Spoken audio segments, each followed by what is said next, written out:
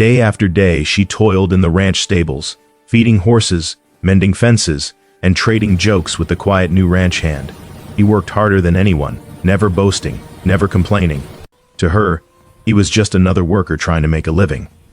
But when the banker came to seize the land, everything changed. The hand she'd shared her lunch with stepped forward, pulled off his gloves, and revealed he was the true owner all along. Not the gentle roll of summer heat breaking over distant hills, but the kind that splits the sky open and leaves the air tasting of iron. Clara Jennings felt it in her bones before she heard it, a pressure behind her eyes, a tightness in her chest that made her pause mid-step in the stable doorway. The pitchfork slipped from her fingers, landing soft in the straw. Then the wind hit. It tore across the valley like something alive and angry, whipping her dark hair across her face, sending loose boards clattering against the stable walls. The horses shifted uneasily in their stalls, hooves stamping, nostrils flaring at the scent of rain that hadn't yet fallen. Clara moved quickly down the center aisle, speaking low and steady, her calloused hands running along warm necks, checking latches, securing what could be secured. The first drops came fat and cold, striking the tin roof like thrown stones. Then the deluge. Rain so thick it turned the world gray, erasing the fences, the distant tree line, the outline of the town 2 miles east. Lightning cracked, white and blinding, and in that frozen moment of brightness Clara saw him, a rider, horse at full gallop, coming straight down the valley road toward the stables. The image burned into her vision even as darkness swallowed it again. A man bent low over the horse's neck, coat streaming behind him, one hand tangled in the mane, the other clutching the reins like a lifeline. The horse was wild-eyed, foam at its mouth, running not toward something but away from the storm itself. Thunder followed the lightning so close it shook the ground beneath her boots. Clara grabbed the lantern from its hook and pushed out into the rain. The cold hit her like a fist, stealing her breath, soaking through her shirt in seconds. She couldn't see more than 10 feet ahead, but she ran toward where the road met the stable yard, her boots sucking at mud that hadn't existed 5 minutes ago. Another flash of lightning. The horse was closer now, stumbling, head tossing. The rider was slipping sideways, his grip failing, his body listing dangerously to the left. Clara raised the lantern high and shouted, words lost in the roar of wind and water, but she kept shouting anyway, waving her free arm, trying to guide them toward the stable entrance. The horse saw the light. It veered hard, hooves skidding in the mud, and for a moment Clara thought it would crash straight into the fence, but at the last second it turned, lunging through the open stable doors with a terrified whinny. The rider fell, not thrown, just let go. He hit the ground hard, rolled twice, and lay still in the mud, just inside the threshold. The horse careened down the stable aisle, crashing into an empty stall at the far end, its sides heaving, legs shaking so badly it could barely stand. Clara dropped to her knees beside the man. Rain hammered the roof above them, but here, just inside the doorway, the sound was different, muffled, almost distant. Steam rose from his soaked coat. His hat was gone, lost somewhere in the darkness behind them. His hair was dark with water, plastered to his forehead, and his face. She couldn't see his face clearly. Shadows and lamplight made a mask of it, but his chest was moving, shallow, uneven breaths that rattled slightly on the exhale. "Can you hear me?" Clara's voice came out rougher than she intended. She set the lantern down, hands already reaching for him, checking for blood, for broken bones, for the 100 ways a fall like that could kill a man. His eyes opened, just a crack, pale eyes, gray, maybe blue, that didn't quite focus on her face. His lips moved, shaping words she couldn't hear over the storm. "Don't try to talk," she said, even though she desperately wanted him to. Wanted to know who he was, where he'd come from, why he'd been riding straight into the teeth of a storm, like he was being chased by the devil himself. She got her hands under his shoulders and pulled. He was heavy, solid muscle beneath the soaked layers, but adrenaline made her strong. She dragged him deeper into the stable, away from the rain still blowing sideways through the open door. Her back hit the wall of the tack room, and she eased him down, propping him half upright against the rough wood. His head lolled forward. Clara caught it, one hand cupping the back of his skull, and felt the heat of him even through the cold water. No blood, that was good. But the way he wasn't fully conscious, that was bad. "Stay with me," she murmured, more to herself than to him. She grabbed horse blankets from the shelf above her head, shook them out, and draped them over his shoulders. Then she moved quickly to close the stable doors. Both of them. the heavy wood groaning on its hinges, shutting out the worst of the wind. The sudden quiet was almost shocking. Just the drum of rain on the roof and the labored breathing of the terrified horse at the far end of the building. The horse. Right. Clara grabbed a second lantern, lit it from the first, and walked slowly down the aisle. The animal was cornered in the stall, eyes rolling white, body trembling like it might collapse at any moment. She'd seen horses like this before, run too hard, too far, past the point where instinct told them to stop. It would die if she didn't act fast. Easy now, she breathed, keeping her voice low and steady. You're safe, you're all right. It took her 20 minutes to calm the horse enough to approach, another 10 to get a halter on it, to lead it into a better stall with fresh straw and water. She rubbed it down with dry cloths, checking its legs, its breathing, the wild pulse hammering in its neck. No major injuries, just exhaustion and fear. When she finally returned to the tack room, the man's eyes were open, fully open this time, fixed on her face with an intensity that made her stop mid-step. You pulled me inside, he said. His voice was low, rough-edged, like he hadn't spoken in days. You fell at my door, Clara replied. She knelt down in front of him, close enough to see the details now, the sharp line of his jaw, the scar above his left eyebrow, the way his hands rested on his thighs with an odd sort of stillness, like a man used to controlling himself. Can you stand? In a minute. He didn't look away from her. Your horse, yours, something flickered in his expression. I didn't think he'd make it. He almost didn't. Clara reached for the canteen hanging on the wall, uncorked it, and held it out. Drink. Slowly, he took it with both hands, steady hands, she noticed, despite everything, and drank 3 careful swallows before handing it back. Water dripped from his chin into the hollow of his throat. He wiped it away with the back of one hand. What's your name? Clara asked. He hesitated. Just a fraction of a second, but she caught it. Sam, he said finally. Sam what? Just Sam. Clara sat back on her heels, studying him. There was something about the way he held himself, even soaked and half-conscious, that didn't match the story he wasn't telling. His coat was good quality beneath the mud. His boots were worn but well-made, and those hands, they weren't the hands of a drifter. Where were you headed? She asked. Nowhere in particular. In the middle of a storm. Didn't plan on the storm. A faint, humorless smile touched his mouth. Didn't plan on any of this. Lightning flashed again outside, bright enough to leak through the cracks in the stable walls. Thunder followed, farther away now. The storm was moving east, leaving them behind in its wake of rain and wind. Clara stood, brushing straw from her knees. You can't travel tonight, not in this. And your horse needs rest. I don't have money for boarding. Didn't ask for any. She crossed to the shelf, pulled down an old wool blanket that didn't smell too bad, and tossed it to him. There's a cot in the back corner. It's not much, but it's dry. He caught the blanket, one-handed, his eyes never leaving her face. Why are you helping me? The question hung in the air between them, weighted with something she couldn't name. Clara shrugged. Someone left the gate open. Storm blew through. You fell at my feet. She met his gaze steadily. Call it mercy or bad luck. Depends on how you look at it.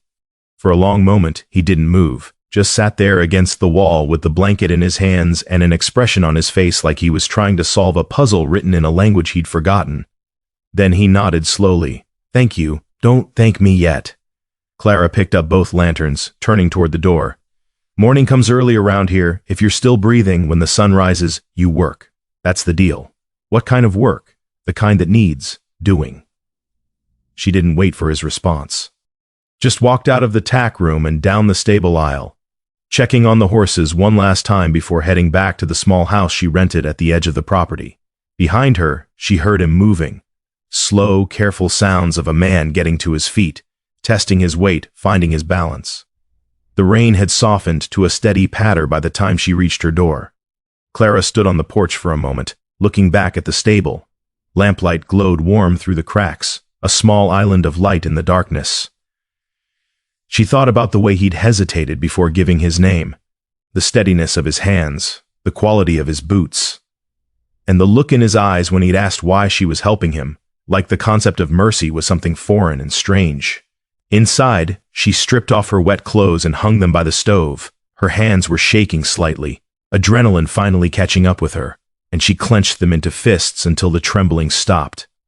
Then she poured herself a cup of cold coffee left over from that morning, and sat down at the small table by the window. From here she could just barely see the stable through the rain-streaked glass. The storm had brought him, that was all. Just a stranger caught in bad weather, looking for shelter. He'd be gone by tomorrow, or the day after, once his horse recovered and the roads dried out. That's what she told herself. But something in her gut, some instinct honed by years of reading horses and weather in the silences between words, whispered that she was wrong. Outside, the wind shifted. The rain intensified for a moment, drumming hard against the roof, then faded again to a gentle whisper. Clara finished her coffee in the darkness, not bothering to light a lamp, just sitting and listening to the storm wind itself down into exhausted silence. When she finally went to bed, sleep came in fragments, broken by images of pale eyes and lamplight, of hands too steady for a vagrant, of a man who'd ridden straight into a storm like he was running toward something instead of away. Dawn came gray and cold. Clara woke to the sound of a hammer striking wood, steady, rhythmic, purposeful. She dressed quickly, pulling on her work clothes and boots, and stepped outside into a world washed clean. The mud was still there, thick and treacherous, but the air tasted fresh and the sky was clearing in the east, pale gold breaking through the last of the clouds. The sound of hammering was coming from the stable yard. She walked over slowly, her boots squelching in the mud, and stopped at the fence. Sam, if that was really his name, was crouched beside the gate that had been hanging crooked for the past 2 weeks. He'd found tools somewhere, and he was working with quick, efficient movements, his hands sure and strong as he reset the hinges. His coat was draped over the fence rail behind him, and his shirt, dark blue, still damp, clung to his shoulders and back.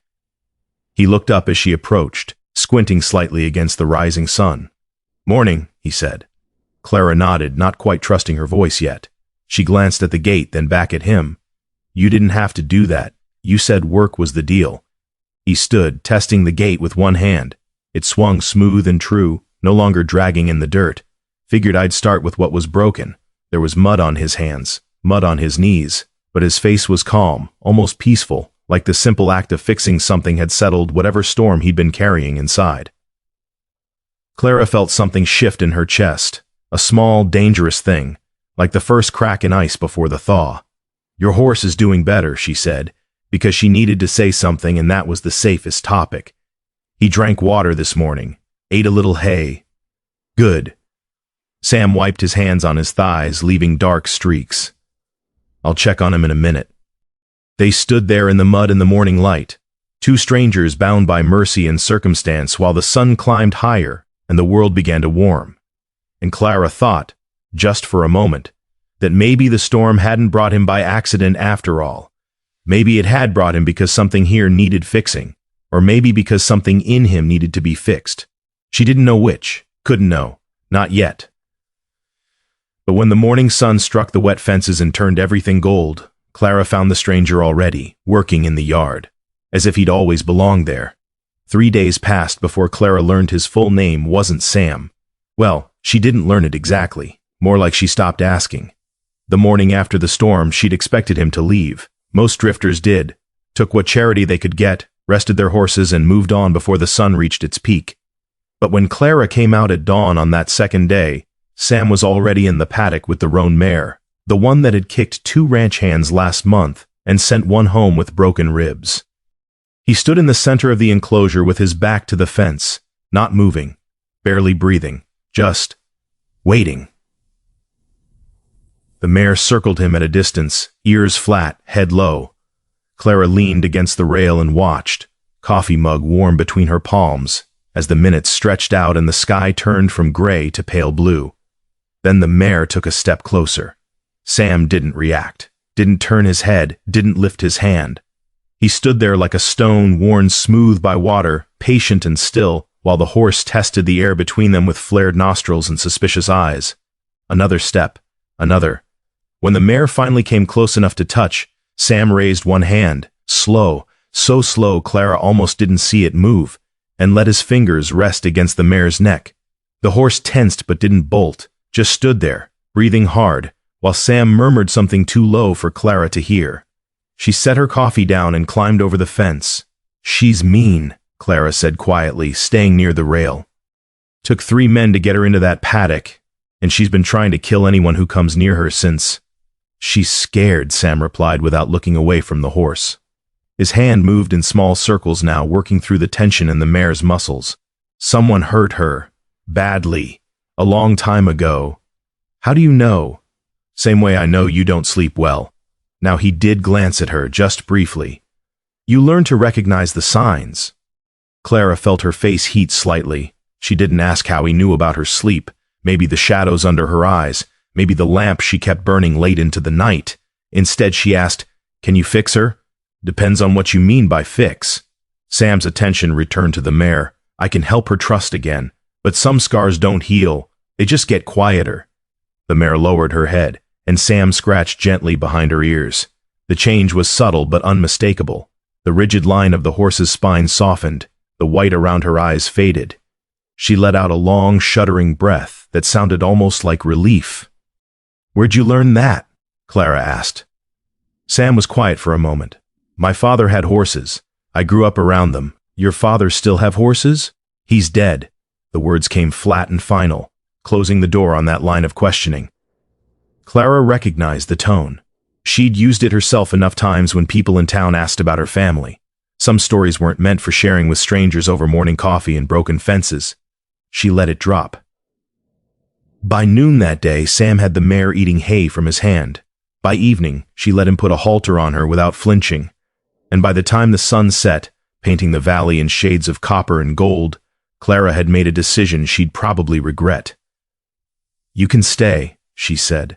They were sitting on the porch of the stable, sharing cold biscuits and well water, watching the light fade from the sky. Sam had washed up at the pump earlier, but there was still dirt under his fingernails and dust in the creases of his shirt. He looked less like a drifter now, and more like exactly what he claimed to be, a hired hand, working for his keep. He turned to look at her, something unreadable in his expression. "You sure?" "No." Clara took a bite of biscuit, chewed, swallowed. "But I need the help, and you're good with horses, better than anyone I've seen in a long time." "What's the pay?" "Room and board, $20 a month if you last that long." She met his eyes steadily. "Most don't. Why not?"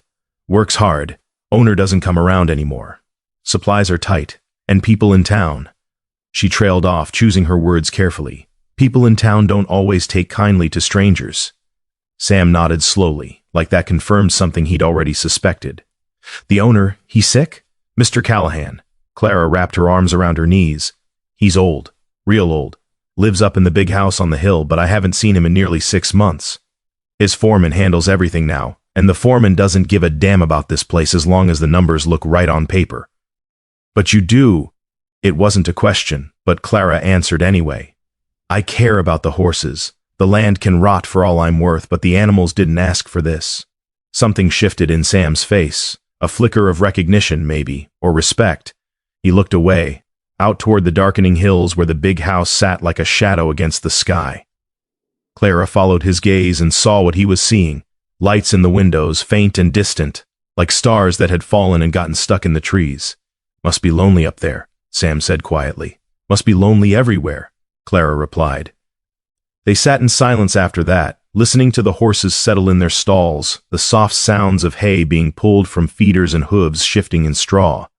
Somewhere in the distance, a coyote called, long and mournful, and another answered from the opposite ridge.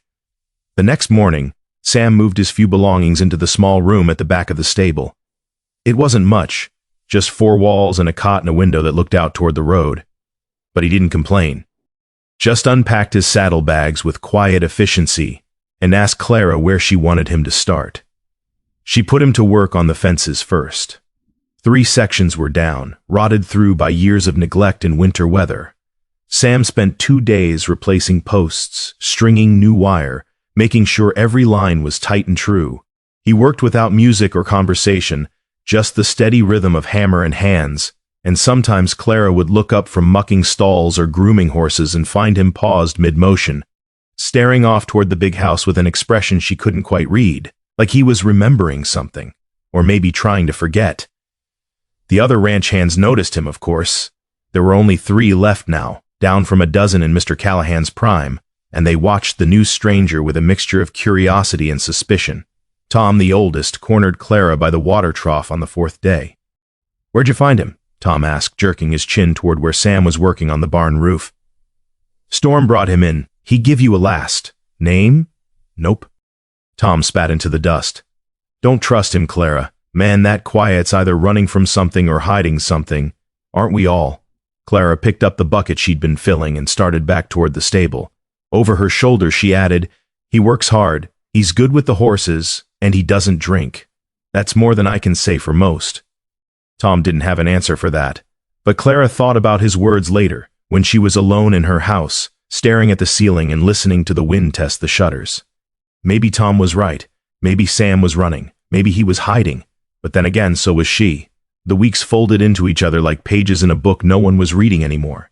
Autumn settled over the valley with cool mornings and warm afternoons, the kind of weather that made the horses frisky and the work somehow easier.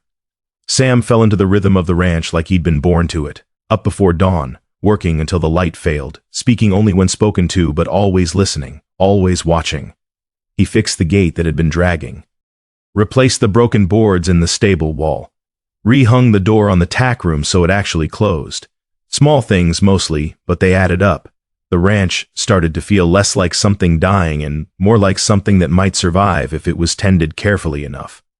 Clara found herself relaxing around him, not trusting, not exactly, but no longer watching him like he might bolt or turn violent in the night. They developed an unspoken language of gestures and glances, the way people do when they work side by side for hours without needing words. She'd point at a tool. He'd hand it to her. He'd nod toward a horse. She'd bring the halter. It was comfortable, easy, dangerous maybe, in its own way. One evening in late October, after the sun had set but before full dark, Clara found Sam by the river.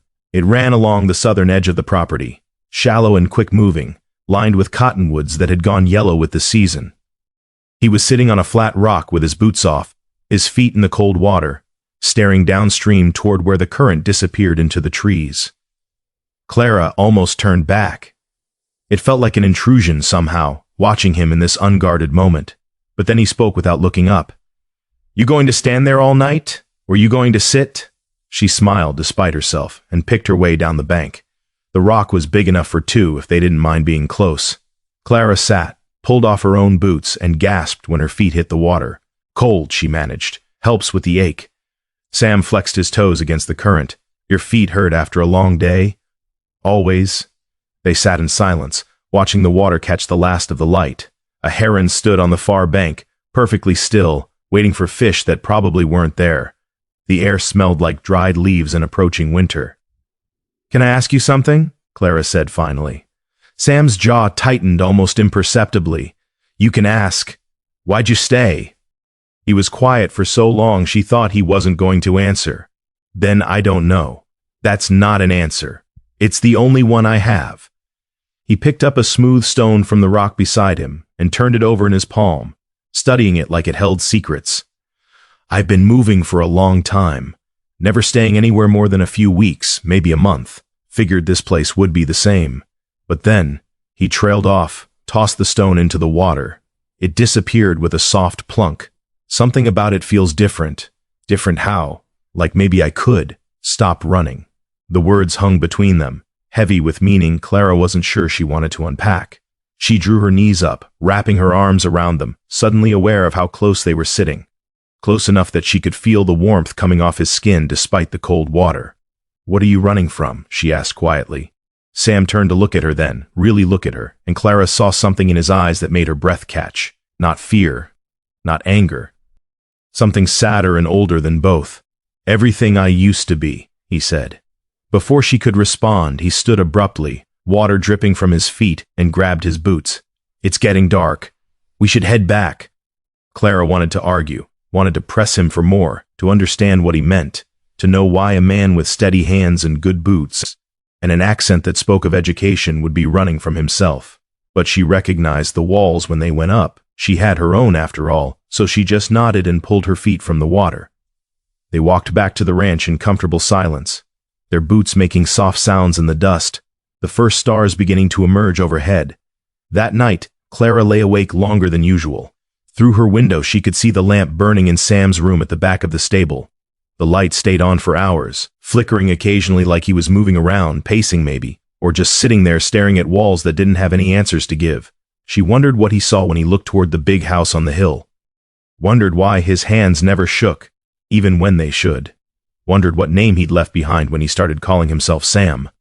Morning came the way it always did, cold and relentless. Clara found Sam already in the paddock with the roan mare, who now followed him like a dog and took carrots from his palm with the gentleness of a lamb. The transformation was remarkable, miraculous even. "You're good at this," Clara said, climbing the fence to sit on the top rail. Sam glanced up at her, squinting against the early sun. "At what?" "Healing broken things." He didn't answer right away, just kept stroking the mare's neck, his expression distant. When he finally spoke, his voice was barely above a whisper. "Maybe I'm just trying to figure out how to heal myself." The mare pressed her nose against his chest, and Sam closed his eyes, one hand coming up to rest against her jaw. For a moment they stood there, man and horse, both carrying scars no one else could see, and Clara felt something shift inside her chest. Not love, not yet. But maybe the beginning of it. The first tentative step toward trusting someone who'd proven they could be trusted. The weeks kept rolling past. November came cold and clear, turning the grass brown and the water in the troughs to ice in the mornings. Sam started wearing a heavier coat, one Clara found in the back of the supply shed and gave him without comment. He took it with a nod of thanks and no questions about who it had belonged to before. Some things didn't need explaining. The work changed with the season. Less mending, more preparing for winter. They moved hay into the covered storage, checked the stable roof for leaks, made sure every animal had adequate shelter. It was hard work, made harder by the cold, but they fell into it with the same quiet partnership that had defined their days since the beginning. Tom and the other hands kept their distance from Sam, but Clara noticed they'd stopped muttering about him. Hard to complain about a man who did twice the work and never asked for extra pay or special treatment. Even grudging respect was still respect. One afternoon in mid-November, a rider came up from town. He wore a dark suit despite the dust and a badge on his chest that caught the light. The sheriff. Clara's stomach tightened as she watched him dismount near the stable entrance. Sam was inside shoeing one of the workhorses. Clara met the sheriff before he could go in. "Help you, Sheriff?" The man, graying at the temples, hard lines around his mouth, tipped his hat. "Afternoon, Miss Jennings. Just making rounds. Heard you took on a new hand." "That's right. Mind if I meet him?" It wasn't really a question. Clara led the way into the stable, her mind racing. Sam looked up from his work as they approached, his expression neutral but his body language shifting subtly, shoulders back, spine straight, like a man preparing for trouble. "This is Sam," Clara said. "He's been working here about 6 weeks now." The sheriff studied Sam with the slow, thorough gaze of someone used to reading people for a living. "Where you from, son?" "East," Sam replied. He set down his tools and stood, meeting the sheriff's eyes directly. "Been traveling for a while. Got any family?" "Not anymore. Papers. Lost them in a river crossing last spring." The sheriff's expression didn't change. "Convenient." "Wasn't convenient at all," Sam said evenly. "Lost my horse, too. Took me 3 months to earn enough for another one." They stared at each other for a long moment, the lawman and the drifter, and Clara held her breath, waiting for something to break. But then the sheriff just nodded slowly and turned to Clara. "He giving you any trouble?" "None. Works hard?" "Hardest worker I've got." The sheriff looked back at Sam one more time, his eyes narrowing slightly.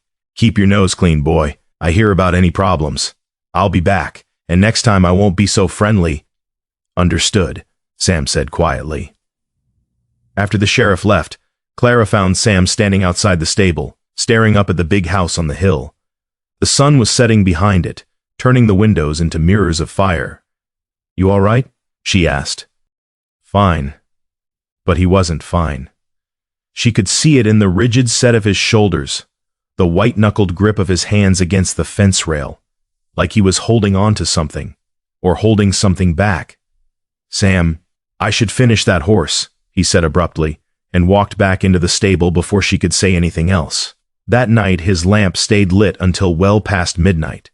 And in the morning, when Clara came out to start her chores, she found fresh flowers on her porch step, wild asters, the last of the season, tied with a piece of rough twine. No note, no explanation, just flowers and the knowledge that someone had been thinking of her in the darkness. Clara picked them up carefully and carried them inside, setting them in a cup of water on her kitchen table.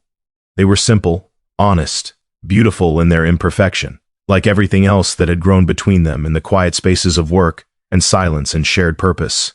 Outside, the wind picked up, carrying the scent of coming snow. And on the hill above the ranch, lights flickered in the windows of the big house, distant and unreachable, like stars that had forgotten how to fall. Yet beneath the soft rhythm of daily work, the first cracks of truth began to tremble, waiting for winter's cold to reveal them. The first snow came on a Tuesday morning in late November, soft and hesitant, like it wasn't sure it was welcome yet. Clara woke to silence, the particular kind that only happens when the world has been muffled by something gentle and white. She dressed in the dark, pulling on wool socks and her heaviest sweater, and stepped outside to find the ranch transformed. Everything sharp had been softened. The fences were lines of white against gray. The stable roof wore a blanket 2 inches thick. Even the mud in the yard had disappeared beneath a layer of pristine snow that crunched under her boots when she walked. Sam was already up. She could see lamplight glowing in the stable windows, warm and gold against the pale dawn. Smoke rose from the small stove he'd installed in the tack room last week, another thing he de-fixed without being asked, using materials he'd somehow scrounged or traded for in town. When Clara pushed open the stable door, the warmth hit her like an embrace. Sam had all the horses fed and watered, and he was spreading fresh straw in the stalls with methodical precision. He looked up when she entered, snowflakes still melting in his dark hair. "Morning," he said. "You been up long?" "Hour or so." He forked another pile of straw into the end stall, figured the horses would be unsettled by the snow, wanted to make sure they were comfortable.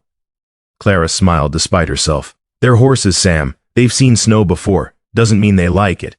She couldn't argue with that. Instead, she grabbed a pitchfork and joined him, falling into the familiar rhythm of morning chores. They worked in comfortable silence, the way they'd been working for weeks now. Two people who'd learned to communicate in gestures and glances, in the small kindnesses of holding a gate open or handing over a tool before it was asked for. The snow kept falling outside, steady and soft, erasing the world beyond the ranch. By mid-morning, they'd finished the basic work and moved on to the repairs that never seemed to end. Sam had been working his way through a list Clara kept in her head, things that needed fixing but had been put off for months, sometimes years, because there was never enough time or money or hands to do it all. Today it was the water trough in the north paddock. The wood had rotted through on one side, and every time they filled it, half the water leaked out into the mud. Sam had already pulled the worst boards off and was measuring new ones when Clara brought him coffee from the house. "You don't have to do all this," she said, holding out the steaming mug. He took it, wrapping both hands around the warmth.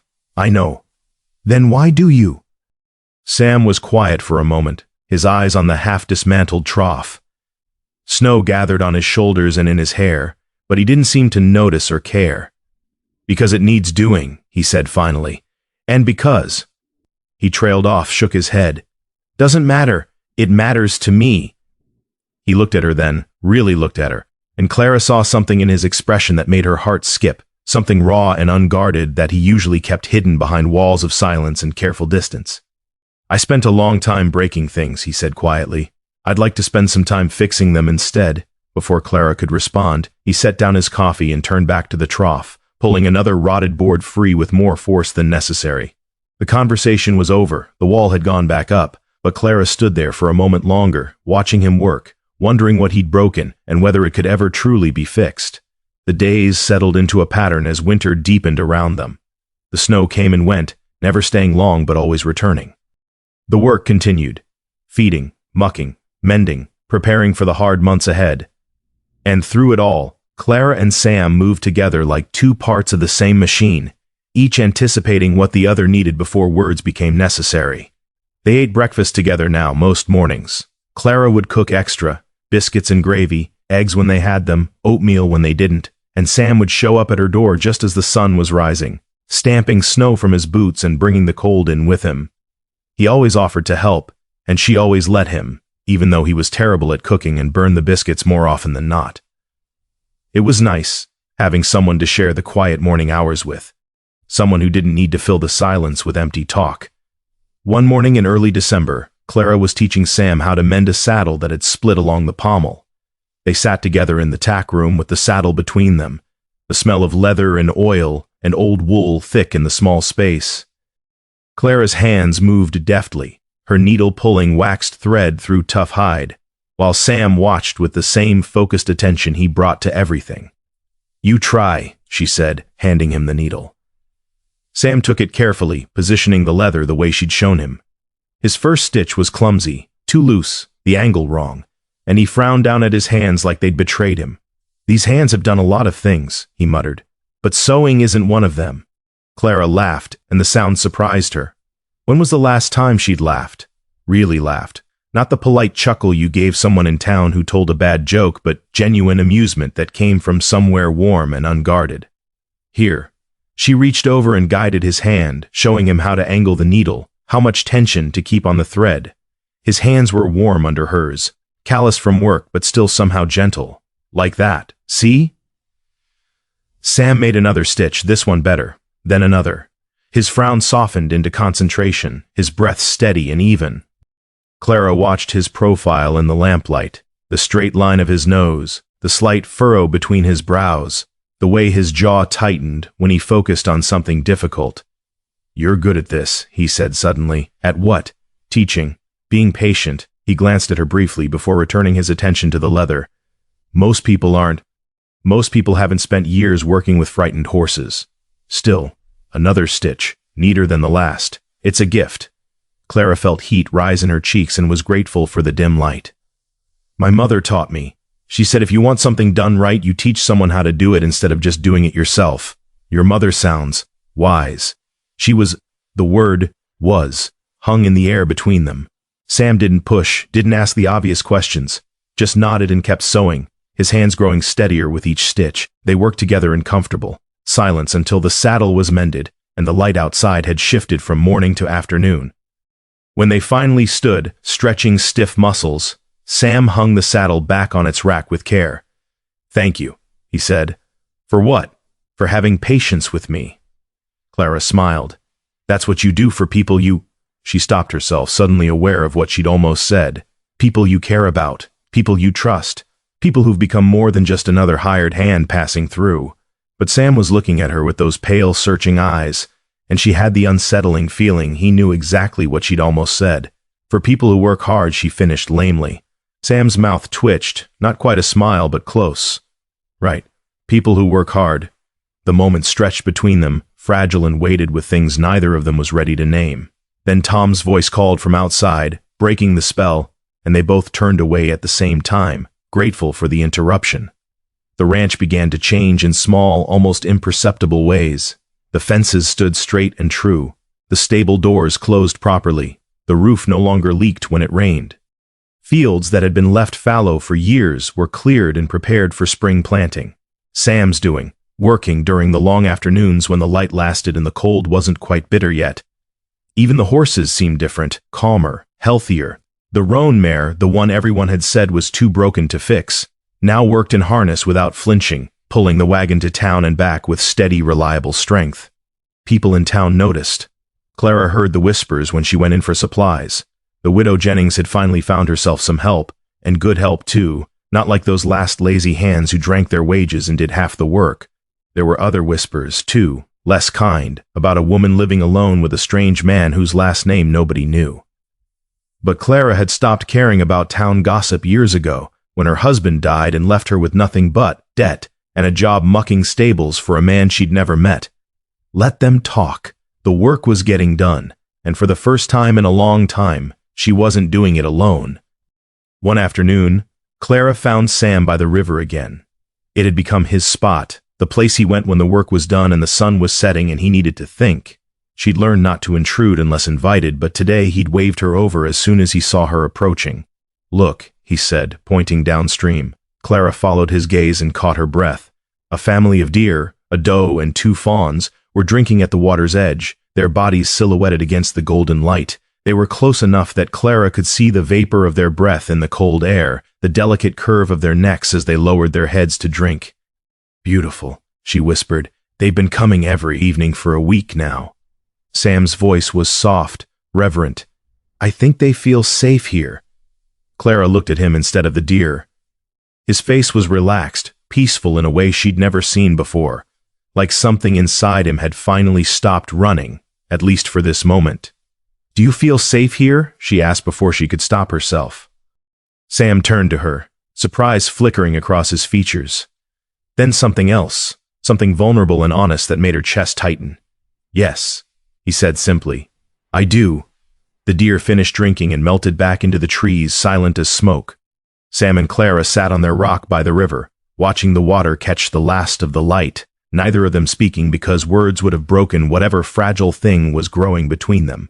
When the cold finally drove them back to the ranch, Sam walked Clara to her door.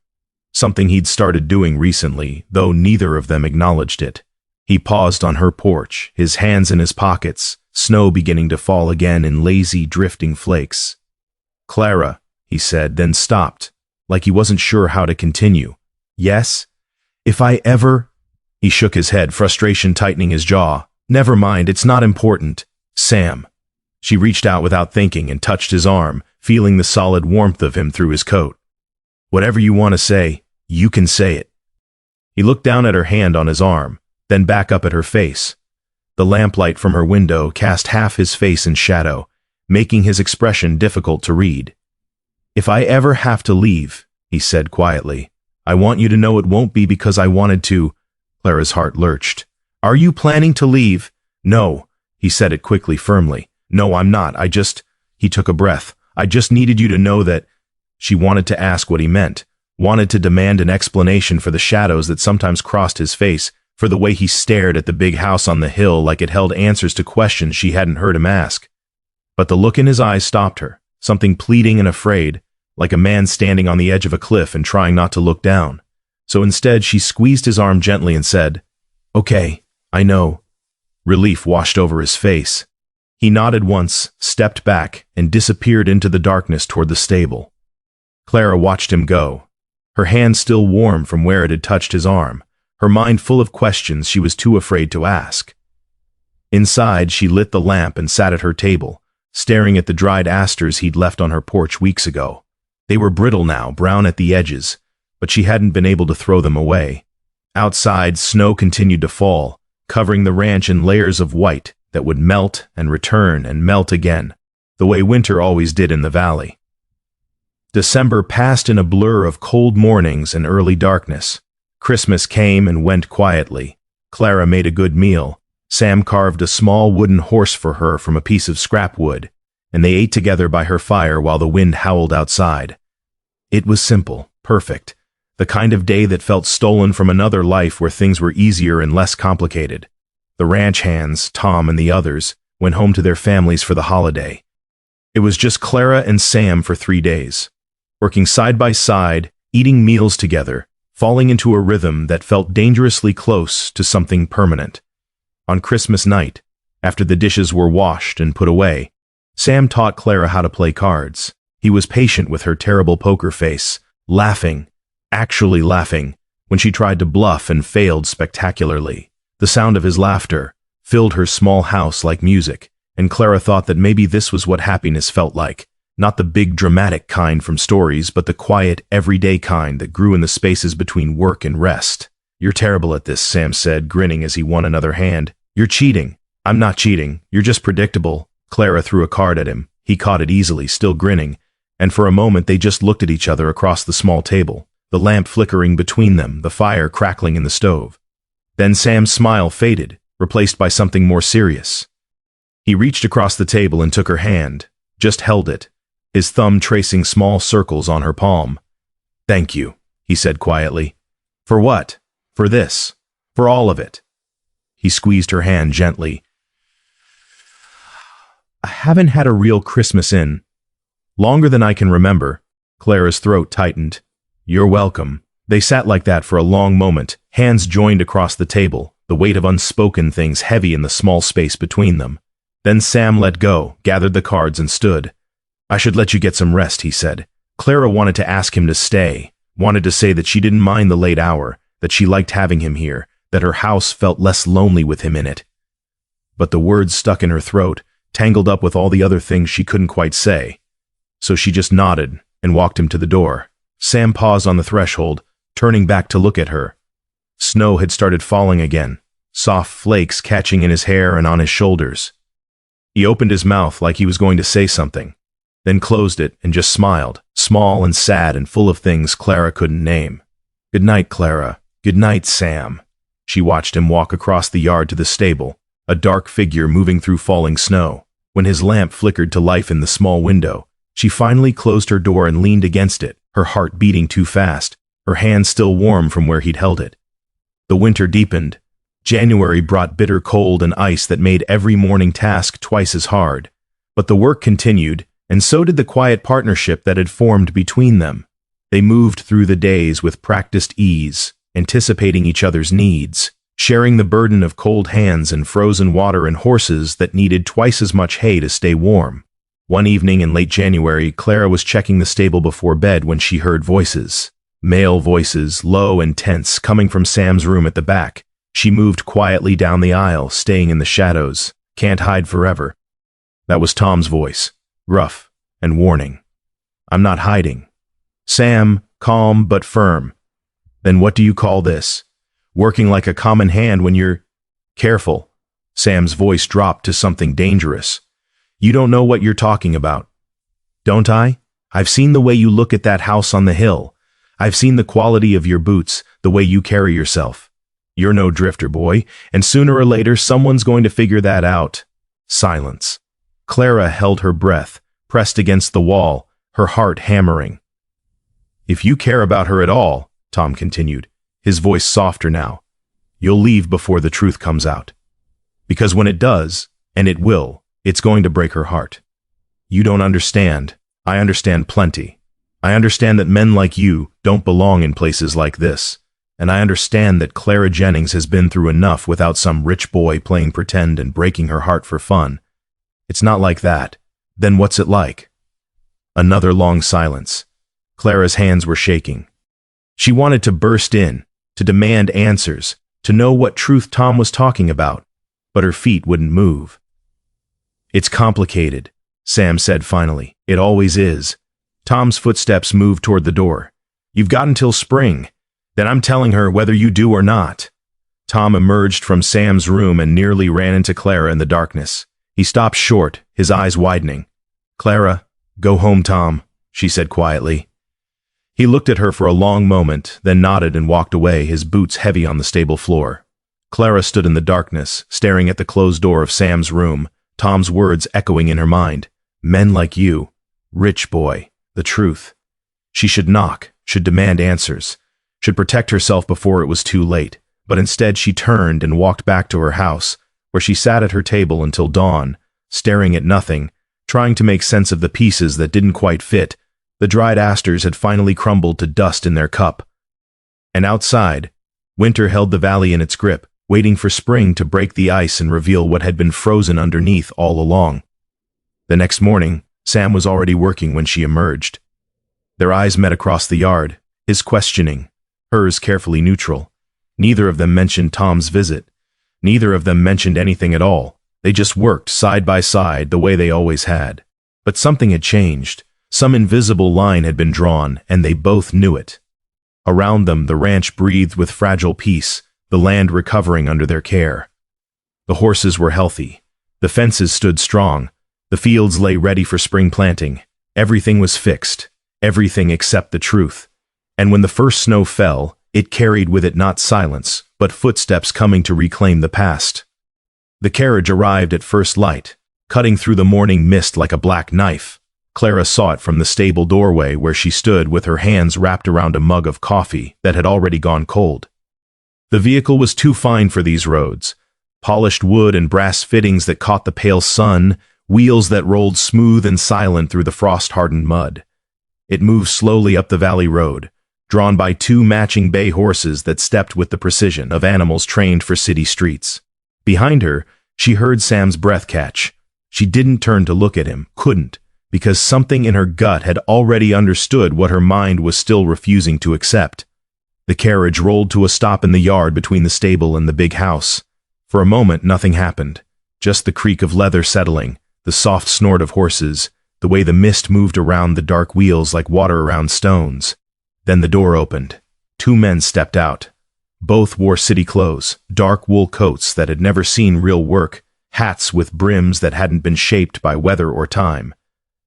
The first man was older, maybe 60, with silver hair and a face carved from granite. The second was younger, carrying a leather case that looked expensive even from a distance. Lawyers. Clara knew the type, had seen them when her husband died and the creditors came calling. The older man looked around the yard with the cool assessment of someone calculating value. His eyes swept over the stable, the fences, the fields beyond. Then his gaze landed on Sam, who had stepped out to stand beside Clara, and something shifted in his expression. "Mr. Callahan," the man said, and his voice carried clear across the cold morning air. He removed his hat and gave a slight bow, nothing servile, just the acknowledgement of station. "We've been looking for you." The world tilted. Clara's mug slipped from her fingers and shattered on the frozen ground, coffee spreading dark across the ice, but she barely noticed. She was staring at Sam, at the man she'd known as Sam, watching his face transform in the space of a heartbeat. The easy openness that had slowly emerged over months of shared work vanished. His shoulders squared, his spine straightened, his jaw set in a way that made him look suddenly older, harder, like he'd been carrying the weight of command so long it had reshaped his bones. He looked like someone who'd been born to authority and had spent every day since trying to shed it. "Mr. Patterson," Sam, "No, Callahan," said quietly. His voice was the same but somehow different, formal, distant. "I told you I didn't want to be found, and yet here we are." The older lawyer, Patterson, gestured to his companion. "Your father's estate has been in limbo for 8 months. There are matters that require your attention. Legal matters, financial matters, matters that cannot be postponed indefinitely." Clara took a step back, then another. Her boots crunched on the broken mug and she looked down stupidly at the shards scattered across ice, and spilled coffee, thinking that this was wrong, all of this was wrong, thinking she should say something but having no idea what words could possibly fit this moment. Sam, Callahan, finally turned to look at her. The expression on his face was so raw, so full of desperate apology and pain, that Clara had to look away. "Clara," he started. "Don't." The word came out sharp and cold. She forced herself to meet his eyes. "Is it true?" He said nothing, which was answer enough. "You're him." Clara's voice shook despite her best efforts. "You're the owner, the real owner. You've been—" She couldn't finish, couldn't name what he'd been doing, couldn't wrap her mind around the scope of the lie. "I can explain." "Explain what?" The anger came sudden and hot, flooding through her veins like fire. "Explain why you lied. Why you let me think you were just some drifter looking for work. Why you watched me struggle to keep this place running while you—" She gestured at the carriage, at the lawyers, at the big house on the hill. "While you played dress-up as a hired hand. It wasn't like that." Then what was it like? She was shaking now, whether from cold or fury or betrayal she couldn't tell. "Tell me, I'm dying to know." Sam opened his mouth, but Patterson spoke first. "Mr. Callahan came here to assess the property's condition," the lawyer said smoothly, like he was discussing a business transaction and not the complete destruction of Clara's trust.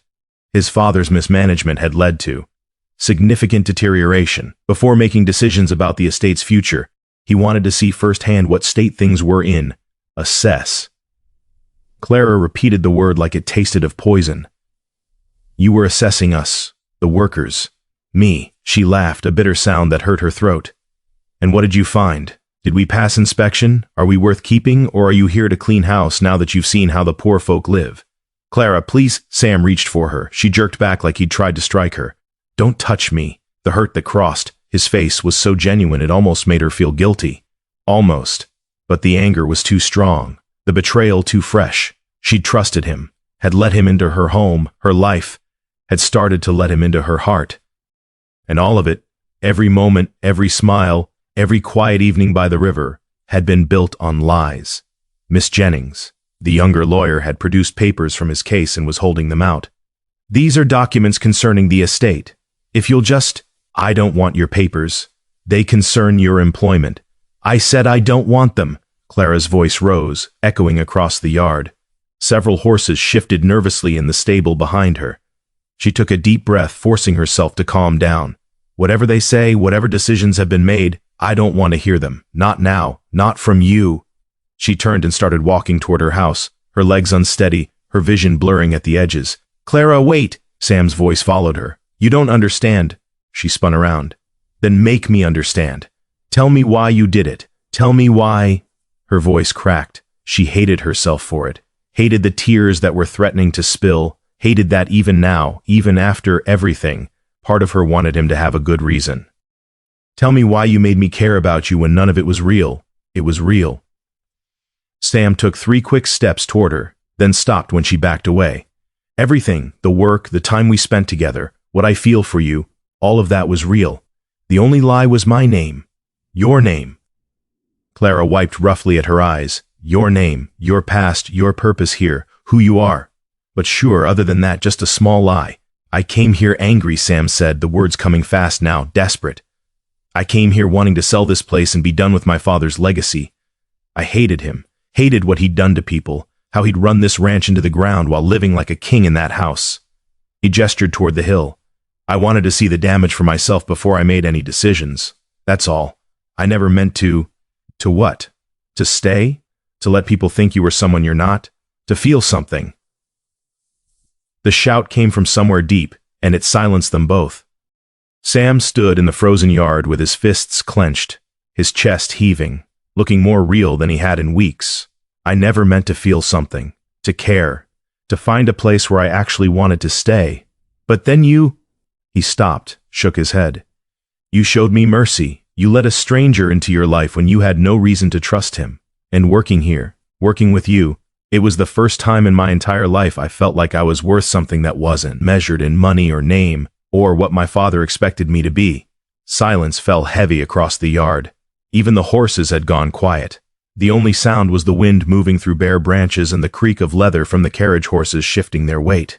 Clara stared at him, at this man she'd thought she knew, this stranger wearing Sam's face. Her heart was at war with itself, half of it still aching with betrayal, the other half wanting desperately to believe him. "How long were you planning to keep lying?" she asked quietly. Sam's shoulders slumped. "I don't know. At first I thought I'd stay a few weeks, maybe a month, just long enough to see how things really operated. But then," he met her eyes, "then I didn't want to leave, and I kept telling myself I'd tell you the truth. Tomorrow, I'd say. Next week. After winter. I kept finding reasons to put it off because I knew that once you found out, you'd look at me exactly the way you're looking at me now. And how am I looking at you? Like I'm a stranger." Clara's throat tightened. Because he was right. The man standing in front of her, this Mr. Callahan with his straight spine and his lawyer's voice and his big house on the hill. He was a stranger. The Sam she'd known, the one who'd mended fences and taught horses to trust again, who'd sat with her by the river and made her laugh over terrible card games. That man had never existed. "I need to think," she said finally. I need you to not be here right now." Pain flashed across Sam's face, but he nodded. "Okay, Mr. Callahan," Patterson interrupted, his voice carrying that particular tone of patient exasperation used by lawyers dealing with difficult clients. "We have appointments in town. Documents that require signatures. The estate cannot remain in this state of uncertainty. Then it stays uncertain." Sam didn't look at the lawyer, kept his eyes fixed on Clara. "I'm not leaving until she's ready to talk to me. Sir, I must insist." "You can insist all you want, Patterson. I pay you to handle legal matters, not to tell me when I can have a conversation." Now Sam did turn, and the look he gave the lawyer was pure authority, the kind that came from generations of wealth and power.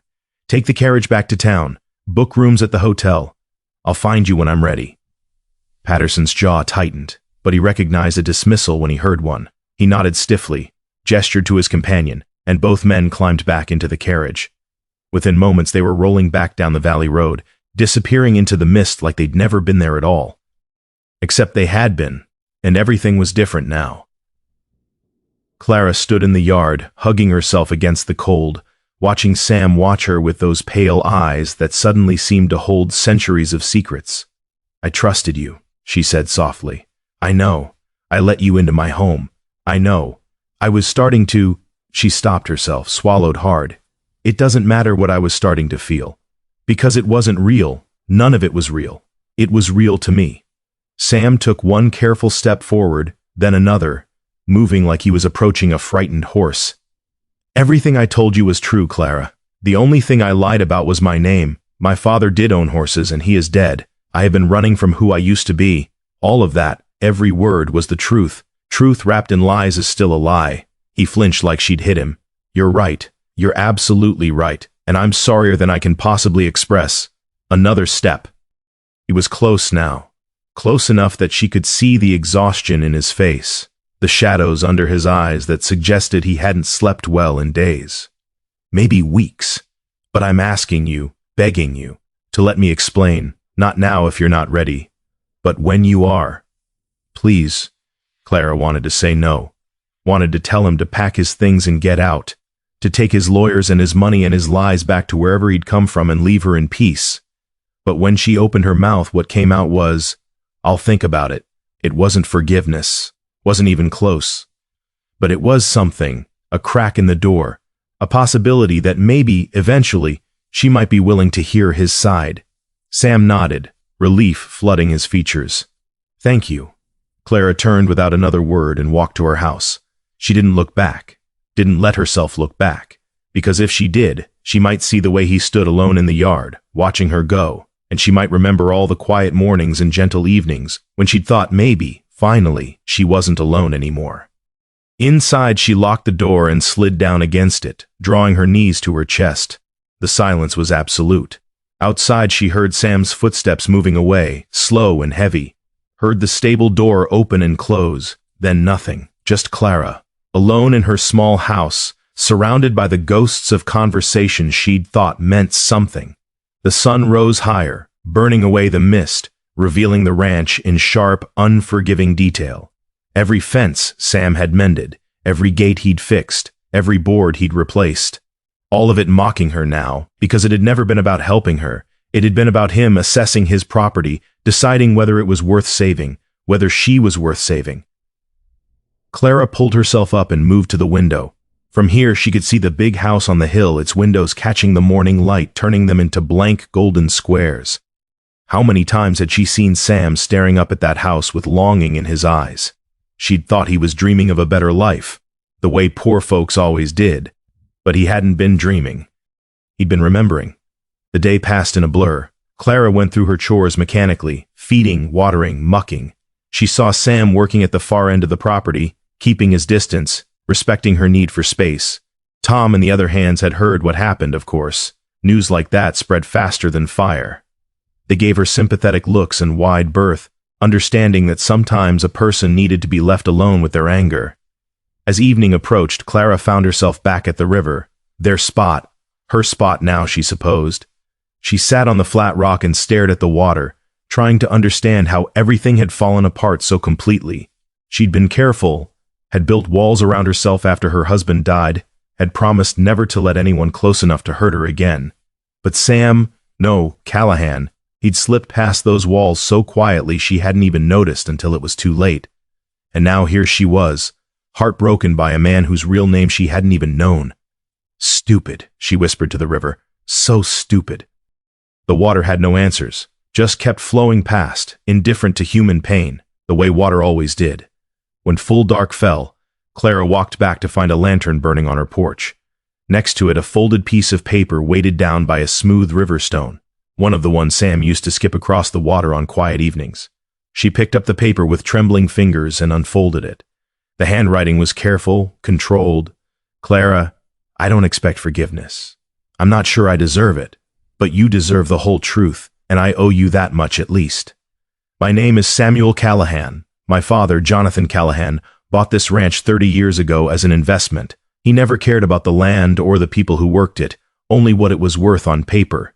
When he died 8 months ago, I inherited everything. The ranch, the house, and all the guilt that came with knowing how he'd let this place fall apart while he lived in comfort on the hill. I came here planning to sell, to be done with his legacy and everything it represented. But you showed me something I'd never seen before, how to build instead of destroy, how to care about something more than money or status, how to be the kind of man worth knowing. I don't expect you to understand why I lied. I'm not sure I fully understand it myself. But I need you to know that every moment we spent together was real. Every conversation, every shared meal, every time I made you laugh, that was me, the real me. Not the son of Jonathan Callahan, but just Sam. The man I wish I'd been brave enough to be from the beginning. The ranch is yours if you want it. I had the papers drawn up weeks ago, before any of this happened. All the land, the stable, the house, everything except the big house on the hill. That's all I'll keep, and only because I need somewhere to sleep while I figure out what comes next. You were right when you said I was assessing things, but not in the way you think. I wasn't assessing whether this place was worth saving. I was assessing whether I was. And because of you, I learned that maybe I am. Whatever you decide, I'll respect it. If you want me gone, I'll leave tomorrow. If you're willing to talk, I'll be waiting.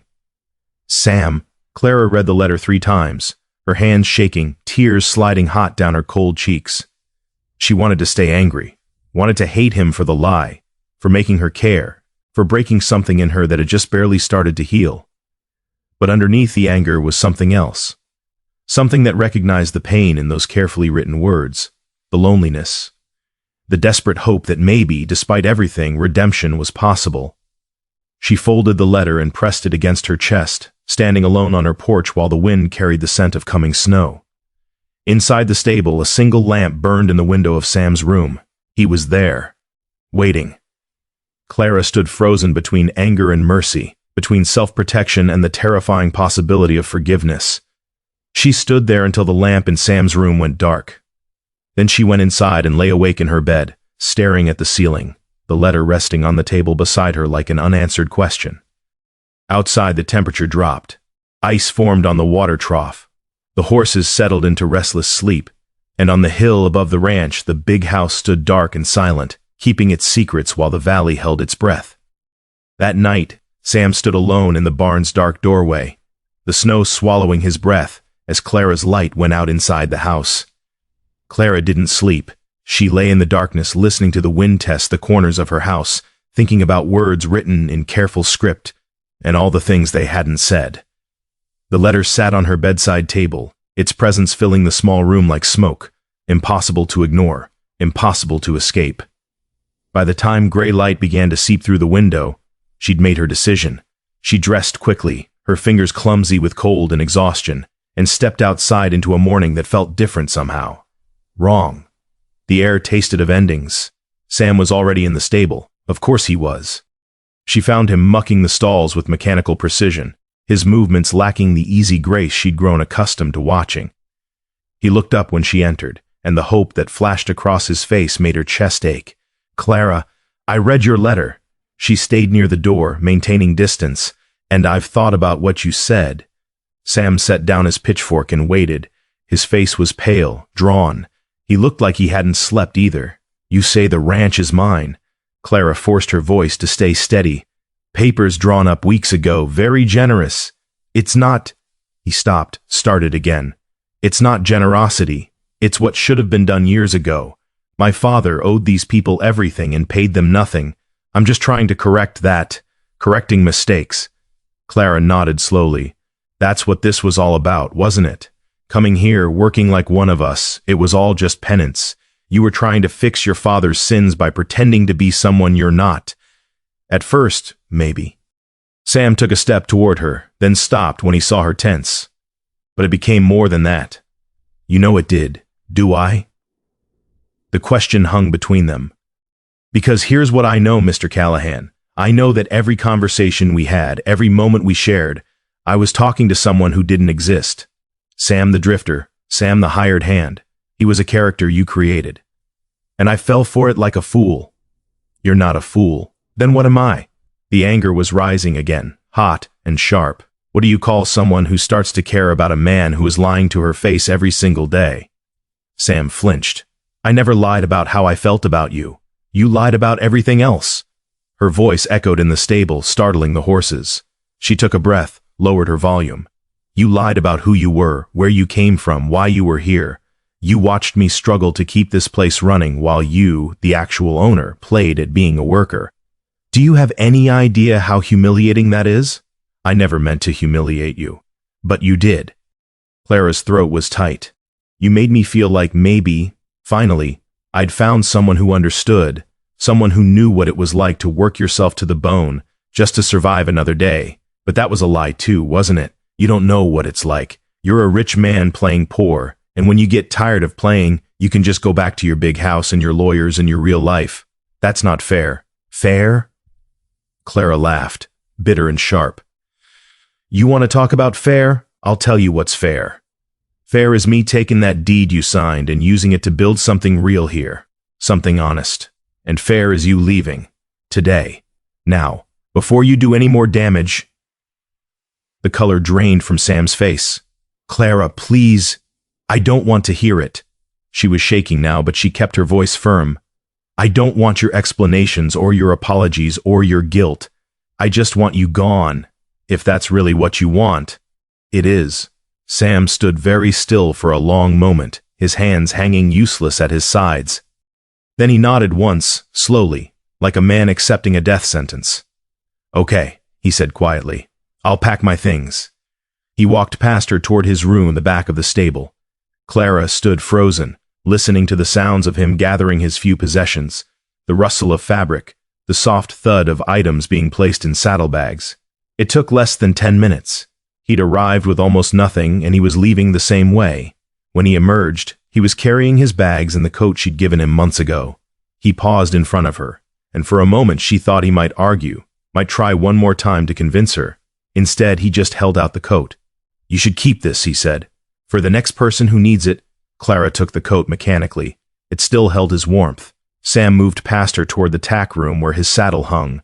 She heard him preparing his horse, the one that had carried him here through the storm, the one she'd helped save that first night.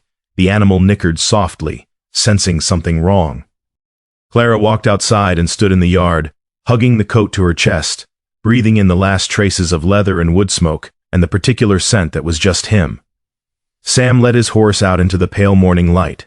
The animal was healthy now, strong, its coat gleaming with good care, nothing like the half-dead creature that had stumbled through her door months ago. Everything here was healthier than when he'd arrived. The horses, the fences, the land itself. Everything except her heart. Sam mounted with easy grace and sat looking down at her, his face unreadable in the gray light. I know you don't believe me, he said quietly, but I meant what I wrote, every word. Clara said nothing. What was there to say? Sam gathered his reins, then paused. The papers for the ranch are with Patterson at the hotel in town. He'll explain everything. You just need to sign them. He took a breath. And Clara, if you ever need anything, anything at all, you can find me at the address written on the back of the letter I left you. I won't need anything from you. The words came out colder than she'd intended, but she didn't take them back. Sam's jaw tightened, but he just nodded and touched his heels to the horse's sides. Clara watched him ride down the valley road, the same road he'd come up that stormy night in September. The wind was rising, cold and sharp, carrying the scent of snow that hadn't fallen yet. Sam's figure grew smaller, darker, until he was just a shape against the pale sky. Then the road curved, and he disappeared behind the line of cottonwoods. Gone, just like that, like he'd never been there at all. Clara stood in the yard for a long time after, the coat still clutched in her hands, the wind pulling at her hair and clothes. Around her, the ranch felt suddenly too large, too empty. She'd been alone here before Sam arrived, had worked these same fields and fences and stalls by herself for years, but somehow it had never felt this lonely. Behind her, she heard footsteps. Tom approached slowly, his weathered face creased with concern. You all right? He asked. Clara shook her head, not trusting her voice. Tom stood beside her in silence for a moment, both of them staring at the empty road. I know it don't feel like it now, he said finally, but you did the right thing. Did I? Men like that, men with money and secrets, they bring nothing but trouble. Better to find out now than later, when you're in even deeper. Clara thought about mornings spent teaching Sam to mend saddles, evenings by the river watching deer, the way his face had softened when he laughed, the flowers he'd left on her porch, the careful way he'd held her hand across the card table on Christmas night. Yeah, she said hollowly, better to find out now. But it didn't feel better. It felt like she'd taken something fragile and beautiful and smashed it deliberately, and now she was standing in the wreckage trying to convince herself it had been necessary. Tom squeezed her shoulder awkwardly and headed back to work. Clara forced herself to move, to start the day's chores, to pretend that everything was fine and she wasn't breaking apart inside. The work helped, it always did. Physical labor had a way of quieting the mind, of channeling pain into something useful. She mucked stalls and fed horses and repaired a section of fence that had come loose in the wind. Her hands blistered, her back ached, and through it all she didn't let herself think about Sam. Except she couldn't stop thinking about him. Every task reminded her of his presence. The gate he'd fixed swung smooth and true. The water trough he'd rebuilt held its water perfectly. The roan mare, his special project, followed Clara around the paddock like a dog, clearly looking for him. "He's not coming back," Clara told the horse. The mare tossed her head and whinnied, unconvinced. 3 days passed, then a week. The ranch felt different without Sam, not broken, exactly, but diminished, like a book missing its best chapter. Tom and the other hands did their work competently, but they lacked Sam's intuition, his gentle way with frightened animals, his ability to see what needed fixing before it became a problem. Clara threw herself into the work with almost manic energy. She was up before dawn and worked until she couldn't see anymore, until her body was so exhausted it couldn't think, couldn't feel, couldn't remember the way Sam's voice had sounded when he said her name. At night she reread his letter by lamplight, studying the careful handwriting, the words that still made her chest ache despite everything. "You were right when you said I was assessing things. But not in the way you think. I wasn't assessing whether this place was worth saving, I was assessing whether I was." The address on the back was in the city, 3 days' ride east. She traced the letters with one finger, imagining what his life must be like there. Big house, fine clothes, people who called him Mr. Callahan and bowed slightly when they spoke to him, a world she could never belong to, even if she wanted to. Which she didn't. She definitely didn't. On the 10th day, Clara rode into town to meet with the lawyer. Patterson's office was above the general store, reached by a narrow staircase that smelled of dust and old paper. The lawyer himself was exactly as Clara remembered. Silver hair, granite face, the air of a man who'd seen too much to be surprised by anything. "Miss Jennings." He gestured to a chair across from his desk. "Please sit." Clara remained standing. "I'm here about the papers." "Yes." Mr. Callahan was quite specific in his instructions. Patterson opened a folder and withdrew several documents. The deed to the ranch property, all 500 acres including buildings and livestock, is to be transferred to your name free and clear. No encumbrances, no liens, no conditions. Clara stared at the papers. Her name, written in official script, Clara Elizabeth Jennings, owner. Why? The question came out barely above a whisper. Patterson looked at her over his spectacles. "I'm not privy to Mr. Callahan's personal motivations. I can only tell you what he instructed me to do. This is worth—" Clara shook her head, unable to even calculate the value. "It's too much. Nevertheless, it's yours. Assuming you sign." Clara picked up one of the documents, scanning the dense legal language. It was all there, just as Patterson had said. Complete ownership, no strings attached. She could sell it tomorrow, if she wanted. Keep all the profits, walk away a wealthy woman by frontier standards. Except she'd never sell. This land, broken and neglected as it had become hers in every way that mattered long before any papers made it official. "There's one additional item." Patterson withdrew another envelope from his desk. "Mr. Callahan left this for you. I was instructed to deliver it when you came to sign the papers." Clara took the envelope with trembling fingers. Her name was written on the front in Sam's careful hand. She didn't open it. Couldn't. Not here, not in front of this stone-faced lawyer who represented everything she didn't understand about Sam's world. "I'll need to think about this," she said. "Of course. The papers will be here whenever you're ready." Patterson's expression softened slightly. "For what it's worth, Miss Jennings, I've known Samuel Callahan since he was a boy. He's made mistakes, more than his share, but I've never seen him care about anything the way he cared about this ranch." A pause. "And about you." Clara's throat tightened. She nodded once, not trusting herself to speak, and left the office. Outside, the wind had picked up. Winter was coming in earnest now, the kind that settled deep and didn't let go until spring. Clara climbed onto her horse and rode back to the ranch, the envelope burning in her pocket like a coal.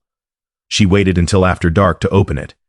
Sat at her kitchen table with a cup of coffee and the letter in her hands, watching the lamplight flicker against the walls. Inside was a single sheet of paper and a small object wrapped in cloth. Clara unfolded the paper first. "Clara, by now you've seen the papers. I hope you signed them." Not because of any obligation you might feel toward me, but because that land deserves someone who will care for it the way you already do. I'm writing this before I leave, before I know whether you'll ever speak to me again. I'm writing it because there are things I need to say, even if you never want to hear them. You asked me once what I was running from. The truth is, I was running from myself, from the expectation that I would be like my father, cold, calculating, seeing people as resources to be managed rather than human beings to be valued. I spent my whole life trying to be different from him, and ended up becoming exactly what I hated, someone who manipulated and deceived, who hurt people in the name of good intentions, but for a few months working beside you, I got to be someone else, someone better. Sam wasn't a lie, Clara. He was who I've always wanted to be but never had the courage to become, and you made him real just by believing in him. I know I hurt you. I know I broke your trust in ways that can't be easily mended. And I know you told me to leave and never come back. But I need you to know that if you ever change your mind, if you ever decide you might be willing to give me a chance to earn back even a fraction of your trust, I'll be waiting. I'm not asking for forgiveness. I'm not even sure I deserve the chance to ask. I'm just telling you that the best parts of me belong to those months on the ranch, and those parts will always belong to you, whether you want them or not. The other item in this envelope is something I found by the river. It made me think of you. Strong, beautiful, weathered by storms, but still standing. I hope you'll keep it, even if you throw away everything else I've given you. Wherever you are, whatever you decide, I hope you find happiness. You deserve it more than anyone I've ever known. Always, Sam. Clara set down the letter with shaking hands and unwrapped the cloth. Inside was a river stone, smooth and round, with a vein of quartz running through its center like a seam of light in darkness. It fit perfectly in her palm, warm despite the cold room. She closed her fingers around it and pressed her fist against her mouth, fighting back the sob that threatened to tear loose. He'd carried this with him when he left, had held on to it even as she sent him away, had taken the time to wrap it carefully and leave it with a lawyer to deliver, hoping she might want it, hoping she might want anything from him. Clara stood abruptly, knocking her chair back, and moved to the window. Outside, snow was finally beginning to fall, the real kind, heavy and purposeful. It was coming down thick enough to erase the road, the fences, everything beyond the immediate glow of her lamplight. She thought about Sam riding through weather like this, alone, heading back to a life he'd spent months running from. Thought about him in some big city house, surrounded by lawyers and servants and people who called him Mr. Callahan, wondering if she'd even opened his letter. She thought about the way he'd looked at her that last morning, desperate and resigned, and somehow still hopeful, like maybe she might change her mind at the last second. She thought about all the things she hadn't said because pride and hurt had gotten in the way. Damn it, she whispered to the empty room. The weeks crawled past. December became January, January became February. The snow came and went, each storm harder than the last. Clara signed the papers, what choice did she have, and became the official owner of land she'd been caring for all along. It should have felt like a victory, should have felt like everything she'd been working toward for years. Instead, it felt hollow. She threw herself into plans for spring, drew up lists of repairs still needed, fields to be planted, improvements to be made. The ranch could be something remarkable with proper care and resources. She had both now. Should have been enough. Wasn't. Tom noticed, of course. He was too observant not to. He found her one evening in late February, standing in the stable doorway, staring at nothing. "You're thinking about him," Tom said. "Not a question. I'm thinking about the spring planting." "You're thinking about him," Tom repeated. He leaned against the doorframe beside her. "Been thinking about him since he left, near as I can tell." Clara didn't deny it. What would be the point? "I was wrong," Tom said quietly. Clara turned to look at him, surprised. "About telling you to send him away. About him being nothing but trouble." Tom pulled his tobacco pouch out and began rolling a cigarette with practiced movements. "I thought I was protecting you. But watching you these past months," he shook his head. "I think maybe I made things worse. He lied to me, Tom. He did." "No arguing that." Tom lit his cigarette and took a long drag. "But he also worked harder than any hand I've seen in 30 years. He fixed things that had been broken so long I'd forgotten they could work right. He treated those horses, and you, with more care and respect than most men manage in a lifetime." He paused, and he looked at you like you hung the moon. Clara's eyes burned. "That doesn't change what he did, no, but it might change what you do about it." Before Clara could respond, a shout came from the direction of the lower pastures. Both of them turned, squinting through the gathering darkness. Orange light flickered against the sky. Fire. Clara was running before her mind fully processed what she was seeing. Tom's voice followed her, calling for the other hands, for water, for anything that might help. But Clara just ran, her boots pounding through snow and frozen mud, her heart hammering against her ribs. The lower pastures were where they kept the mares and foals. If the fire reached the winter shelters— She didn't let herself finish the thought. The fire was spreading fast, feeding on dry grass and old wood. The horses were screaming, a sound that tore through Clara's chest like bullets. She could see them trapped behind fences, wild-eyed and panicking, and several had already broken through into the burning field. Tom and the others arrived with buckets, but it was already too late to save the shelters. The only thing that mattered, now, was the horses. Clara grabbed a halter and ran toward the nearest mare, a bay she'd raised from a foal. The horse was trapped between flames on one side and a collapsed fence on the other, too terrified to think, just screaming and rearing, and the fence gave way. The mare bolted straight toward the fire. Clara ran after her, shouting, waving her arms, trying to turn the animal back. The heat was intense, stealing the air from her lungs. Smoke choked her. She couldn't see, couldn't breathe, but she kept running because that horse was hers and she'd be damned if— Something crashed behind her. Clara turned and saw the old hay shelter collapsing, beams falling, flames shooting up into the night sky. The mare had disappeared into the smoke somewhere ahead. Clara took 2 more steps forward and felt her boot catch on something. She went down hard, her head striking frozen ground, and for a moment the world tilted sideways. When she tried to stand, her leg wouldn't cooperate. Trapped. She was trapped. The fire was getting closer, heat blistering against her skin. She could hear Tom shouting her name, but he was too far away, couldn't reach her through the flames. This was it then. This was how it ended. Clara thought about Sam's letter, about all the things she'd wanted to say but hadn't, thought about river stones and dried flowers and moments that had felt real even if they'd been built on lies. She thought, I should have given him a chance. Then through the smoke and fire a figure emerged, on horseback, riding straight into the inferno like death itself couldn't stop him. The rider dismounted in one fluid motion and was beside her, hands already reaching to free her trapped leg. Clara looked up through streaming eyes and saw Sam? But it couldn't be. Sam was 3 days' ride east. Sam was gone. Sam was— Hold still, the figure said, and it was Sam's voice, Sam's hands, Sam somehow impossibly here. He got her leg free and pulled her up, half carrying her toward his horse. The mare, Clara gasped. I'll get her. Get on the horse. Now. Clara let him boost her into the saddle, her injured leg screaming. Sam was already running back toward the flames, his coat pulled up over his mouth and nose.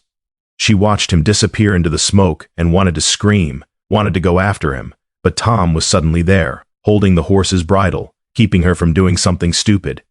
Seconds stretched like hours. Then Sam emerged from the fire, leading the bay mare. The horse was wild-eyed but following, trusting him even through her terror. He brought her to safety and went back, again and again. By the time the fire finally burned itself out, Sam had saved 4 horses. Tom and the others had managed to contain the blaze to just the lower pastures. It could have been so much worse. Clara sat on the ground near the stable, her injured legs stretched out in front of her, watching Sam work alongside the ranch hands to make sure every ember was extinguished.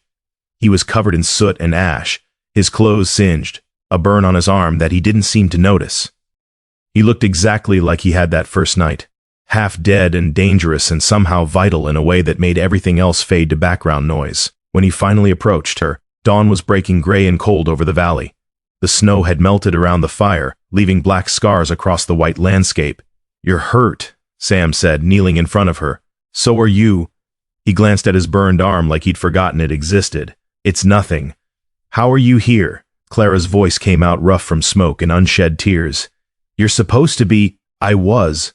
I left. Sam looked at her with those pale eyes that had haunted her dreams for months. But I couldn't stay gone. Sam, I know what you said. I know you told me to leave and never come back. And I tried, Clara. I really tried to respect your wishes. His jaw tightened. But then tonight, I was sitting in my office 3 days' ride from here, and I just knew something was wrong. I couldn't explain it, couldn't shake it. So I rode. You rode for 3 days, killed 2 horses doing it. Had to buy replacements at relay stations. He said it like it was nothing, like destroying horses and spending money and riding through the night were just reasonable responses to a feeling. I got here 20 minutes ago and saw the fire. Clara stared at him.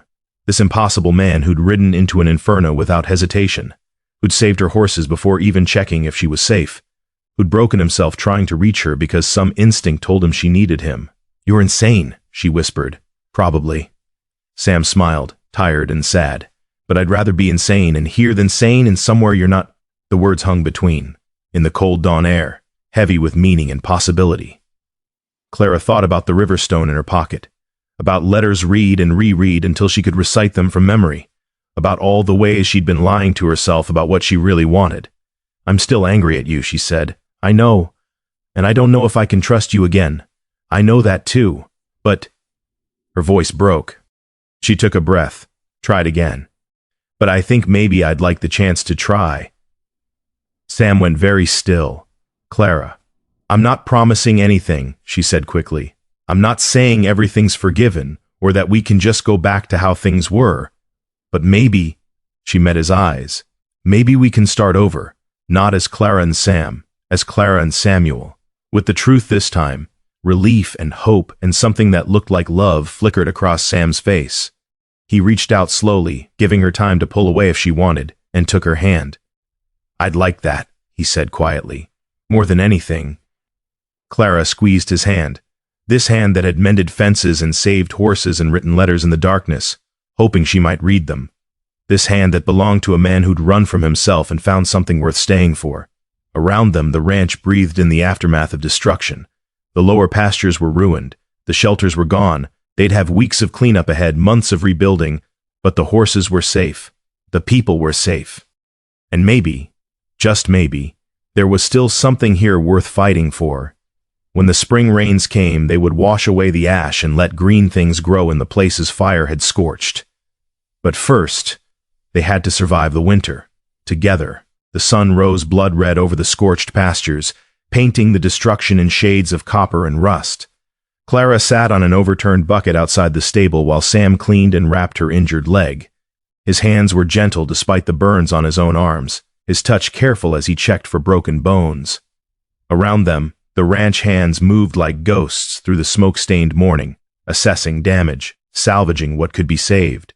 "It's not broken," Sam said finally, sitting back on his heels. "But you're not walking on it for at least a week." "I don't have a week." Clara tried to stand and immediately regretted it as pain shot white-hot up her shin. She sat back down hard, biting back a curse. "You don't have a choice." Sam's voice was firm but not unkind. "You push it too hard now, you'll do permanent damage. Then you'll really be useless. I can't just sit here while everyone else—" "You can, and you will." He stood, brushing soot from his ruined pants. "I'll handle the work, that's why I'm here."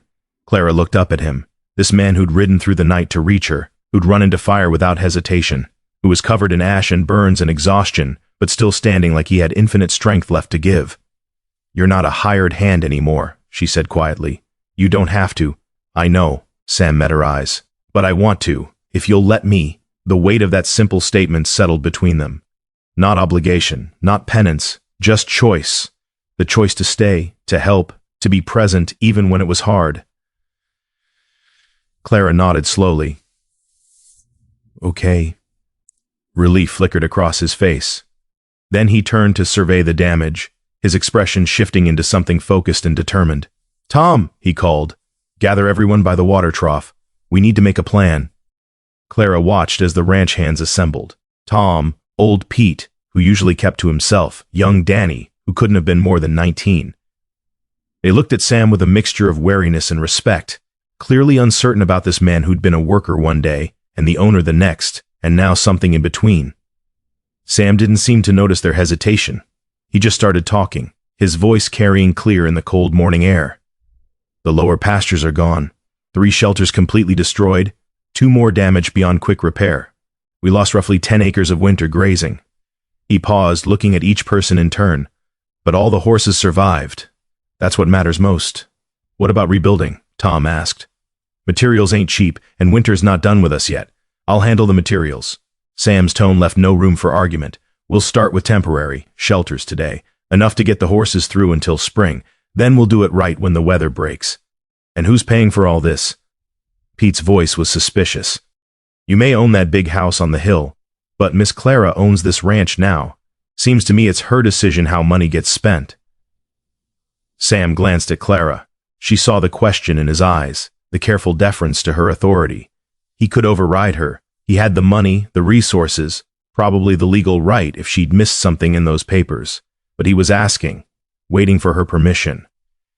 Sam's right, Clara said. The horses come first. We do whatever it takes to keep them safe, and we worry about the cost later. Pete didn't look entirely convinced, but he nodded and fell silent. Sam spent the rest of the morning organizing the work with the efficiency of someone trained to command. He sent Danny to town for lumber and supplies, dispatched Pete to clear debris from the damaged shelters, set Tom to work moving the displaced horses to safer paddocks. And through it all, he worked alongside them, hauling, lifting, building, his burned arms wrapped in makeshift bandages that quickly became stained with soot and blood. Clara watched from her enforced rest, feeling useless and frustrated. She'd built this ranch with her own hands, had held it together through years of neglect and poverty, and now she was sitting idle while others did the work. It grated against every instinct she had. Around midday, Sam brought her bread and cheese and water that tasted of smoke. You need to eat, he said, sitting down beside her. Clara took the food mechanically, her eyes on the ruins of the lower pastures.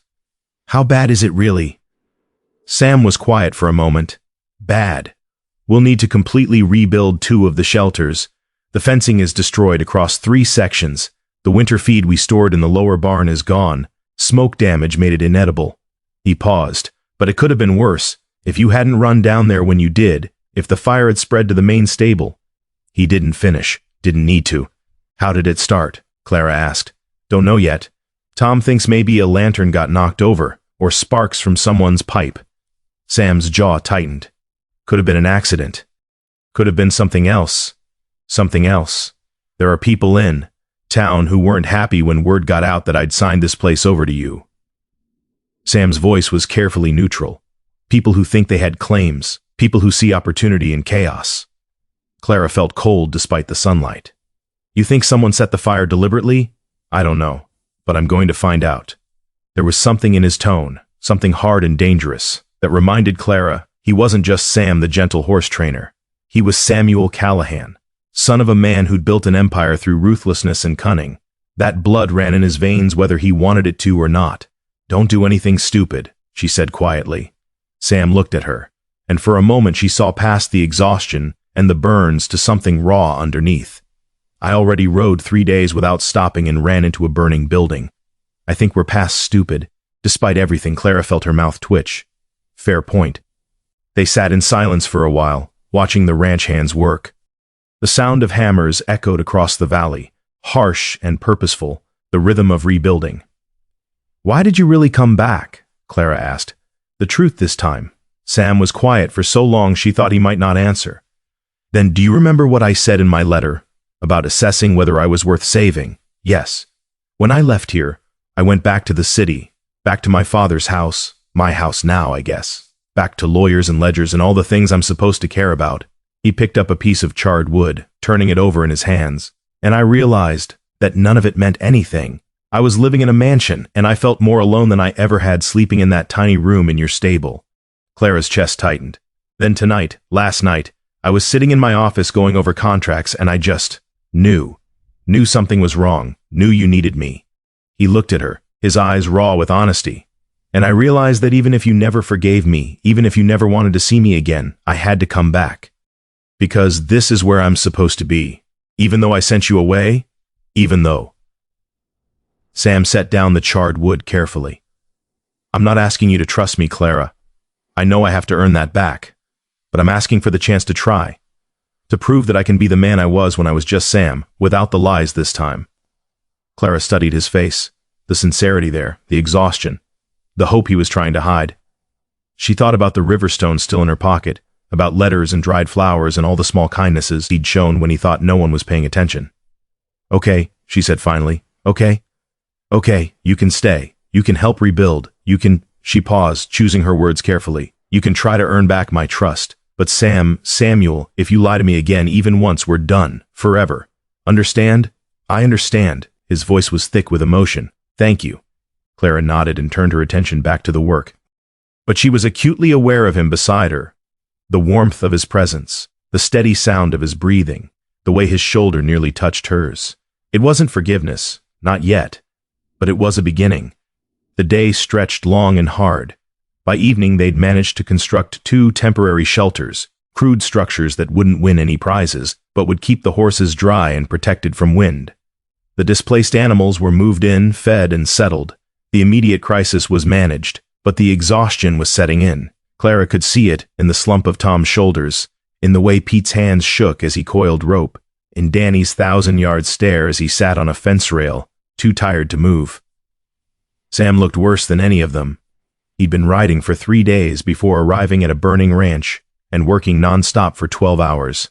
His face was gray beneath the soot, his movements slower and more careful, like his body was operating on willpower alone. You need to rest, Clara said when he came to check on her again. So do you. I've been sitting all day. You've been working. I'm fine. You're about to fall over. Clara caught his wrist, carefully avoiding the burns. Sam, please. You're no good to anyone if you collapse. He opened his mouth to argue, then seemed to realize she was right. He nodded slowly and sank down beside her, his back against the stable wall, close enough that their shoulders touched. They sat like that as the sun set, painting the scorched landscape in shades of gold and amber. The smell of smoke hung heavy in the air, mixing with the scent of fresh-cut lumber and horse sweat and the particular cold that came with winter evenings. I'm sorry, Sam said quietly. Clara didn't ask what for. There were too many possible answers. I know I can't undo the lie, can't take back the fact that I let you believe I was someone I wasn't. His voice was rough with exhaustion and smoke, but I want you to know that everything else was real. The work, the conversations, the way He stopped, started again. The way I feel about you, that was never a lie. Clara's throat tightened. How am I supposed to know what's real with you? You're good at pretending, Sam. Really good. How do I know this isn't just another performance? You don't. He turned to look at her, and the honesty in his face was almost painful to witness. You have to decide whether to take that risk, whether I'm worth the chance of getting hurt again. And if I decide you're not, something that looked like grief flickered across his features, then I leave. And this time, I stay gone. Clara thought about the weeks after he'd left the first time, the hollow ache that had followed her through every task, every meal, every quiet evening, the way the ranch had felt wrong without him, like a song missing its melody. She thought about him riding through the night because instinct told him she needed him, about the way he'd run into fire without hesitation, had saved her horses before checking if she was safe, had worked all day on burns that must have been agony without a single complaint. I don't know if you're worth the risk, she said honestly. I think I want to find out. Sam closed his eyes, relief washing over his face. That's more than I deserve. Probably. Clara let her head rest against the wall, suddenly aware of how tired she was. But we've both made mistakes. Maybe we deserve a chance to fix them. They sat in silence as darkness fell and stars emerged, cold and distant and beautiful. Around them the ranch settled into uneasy rest. The horses were quiet in their temporary shelters. The ranch hands had retreated to their quarters. Even the wind had died down, leaving the night still and heavy. Tell me about your father, Clara said suddenly. Sam tensed beside her. Why? Because I need to understand. Need to know what made you into the person who would come here pretending to be someone else. Sam was quiet for so long she thought he wouldn't answer. Then he started talking, his voice low and careful, like each word cost him something. My father was a hard man, brilliant with money, terrible with people. He saw everything, including me, as assets to be managed or obstacles to be overcome. Sam's hands clenched into fists. He bought this ranch as an investment, never intended to live here, never cared about the people who worked it, just wanted something he could point to and say, I own that. And you? I was supposed to be like him, take over his business, expand the empire, marry the right woman and produce the right heirs. Bitterness crept into his voice, but I couldn't be what he wanted. I cared too much. About people, about doing things right instead of just profitable. We fought about it constantly. Is that why you left? Eventually. Sam's jaw tightened. He died before we could reconcile. Left me everything, the business, the properties, all of it. including this place. And suddenly I was responsible for all the damage he'd done, all the people he'd hurt. Clara began to understand. So you came here to see what he'd destroyed, and to decide if I was going to be any different. Sam turned to look at her. My father would have sold this place without a second thought, would have evicted everyone, taken the profit, and never looked back. Coming here as Sam instead of Samuel Callahan, it let me see what that choice would really mean. Let me understand that these weren't just numbers on a ledger, they were people. You were, his voice caught, you were real, we were always real, Sam. I know, but I needed to see it, needed to understand it. He looked away. I'm not proud of the lie, but I'm not sorry for what it taught me. Clara absorbed this, turning it over in her mind. She understood better now, the haunted look he sometimes got when staring at the big house, the way he'd thrown himself into work like he was trying to prove something, the desperate need to fix things that had been broken long before he arrived. He'd been trying to save himself by saving this place. And maybe, in a way, he had. What happens now? She asked. When spring comes and this place is rebuilt, what do you want to happen? Clara thought about it. Thought about running this ranch alone versus having a partner. Thought about quiet mornings and shared work and the possibility of building something together instead of just surviving separately. I don't know, she admitted, but I think I'd like you here. Not as the owner playing at being a hand, and not as, she gestured vaguely, whatever you're supposed to be in the city. Just as Sam. Or Samuel. Whoever you really are under everything else. I'm still figuring that out myself. Then maybe we can figure it out together. Sam looked at her with such naked hope that Clara had to look away. It was too much, too soon. She wasn't ready to name what was growing between them, wasn't ready to trust it fully, but she was willing to try. That had to count for something. Tom found them there an hour later, both of them asleep against the stable wall, Clara's head resting on Sam's shoulder, his arm wrapped protectively around her. The old ranch hand stood there for a moment, studying them in the lamplight, then shook his head and walked away quietly. Some things, he figured, had a way of working themselves out without interference. The next days passed in a blur of reconstruction. Sam's money paid for materials, but everyone worked together to build. Ranch hands and owner side by side, erasing the old hierarchies in the shared purpose of survival. The temporary shelters became permanent structures, better than what had been there before. New fences went up, straight and strong. The burned fields were cleared and prepared for spring planting, and through it all Clara and Sam circled each other carefully, learning each other again. Not as Clara and Sam the drifter, but as Clara and Samuel, two damaged people trying to figure out if broken pieces could fit together into something whole. Sam was different now, more open, more willing to admit weakness. He asked for help instead of pretending he had all the answers. He deferred to Clara's judgment on ranch matters, respecting her knowledge and experience. And when the weight of his past got too heavy, he didn't hide it, just sat with it, let Clara see his struggle, trusted her enough to be vulnerable. It was terrifying and wonderful in equal measure. One evening in late February, Clara found him in the stable brushing down the roan mare, the one he'd tamed months ago, who still looked for him every morning. She missed you, Clara said, leaning against the stall door. Sam glanced up, a small smile touching his mouth. I missed her too. Clara watched him work for a moment, noting the gentle sureness of his movements, the way the mare leaned into his touch. Some things didn't change, lie or no lie. His gift with horses was real. His capacity for gentleness was real. Maybe that was enough to build on. Tom thinks it was arson, she said. The fire. Says he found evidence of accelerant near where it started. Sam's hands stilled. Did he report it to the sheriff? Not yet. Wanted to talk to you first. Why me? Because you said there were people who weren't happy about me owning this place. Clara moved closer. Who, Sam? Who would burn down my pastures?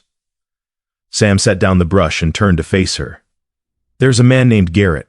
He used to work for my father. Claimed my father promised him right of first refusal if the ranch ever went up for sale. When I transferred the deed to you instead, he got angry. More than angry. Sam's expression was grim. He's been making noise in town about contesting the transfer, saying I didn't have the right to give away property that was part of my father's estate. Does he have a case? No. The estate is settled, the property was mine to do with as I wished. But that doesn't mean he won't try to make trouble. Clara felt anger rising hot in her chest. So he burned my pastures as what? Revenge? A warning? I don't know, but I'm going to find out. Sam's voice had gone cold, dangerous. And if he did this, if he hurt you, endangered your horses, we report it to the sheriff and let the law handle it. The law? Sam laughed bitterly. You think the sheriff is going to investigate a powerful man's crimes against a woman who used to muck stables? Against property that technically just changed hands under unusual circumstances? Then what do you suggest? Sam was quiet for a long moment. Then, I suggest I pay Mr. Garrett a visit, man to man, make sure he understands that this ranch and you are under my protection. Sam, I know what you're going to say, that I should let it go, that violence solves nothing, that I'm not my father. His eyes met hers, hard and unyielding. This is different. This is about protecting what matters, and I will not let anyone hurt you. Not again. Not ever. The ferocity in his voice should have frightened her. Instead, Clara felt something warm unfurl in her chest. Not quite trust, not yet, but maybe the beginning of it. Don't do anything that will get you arrested, she said finally. I'll be discreet. Sam, I promise. Just a conversation. That's all. Clara didn't entirely believe him, but she nodded anyway. Because part of her wanted Garrett to understand that she wasn't alone anymore, that she had someone willing to fight for her, even if that someone came with his own complicated history and uncertain future. Sam left the next morning, riding toward town with murder in his eyes and Tom's accusations folded in his pocket. Clara watched him go, her heart in her throat, praying he wouldn't do something stupid. He returned at dusk, bruised knuckles wrapped in cloth, his expression grim but satisfied. Garrett won't be a problem anymore, was all he said. Clara didn't ask for details. Some things were better left unspoken.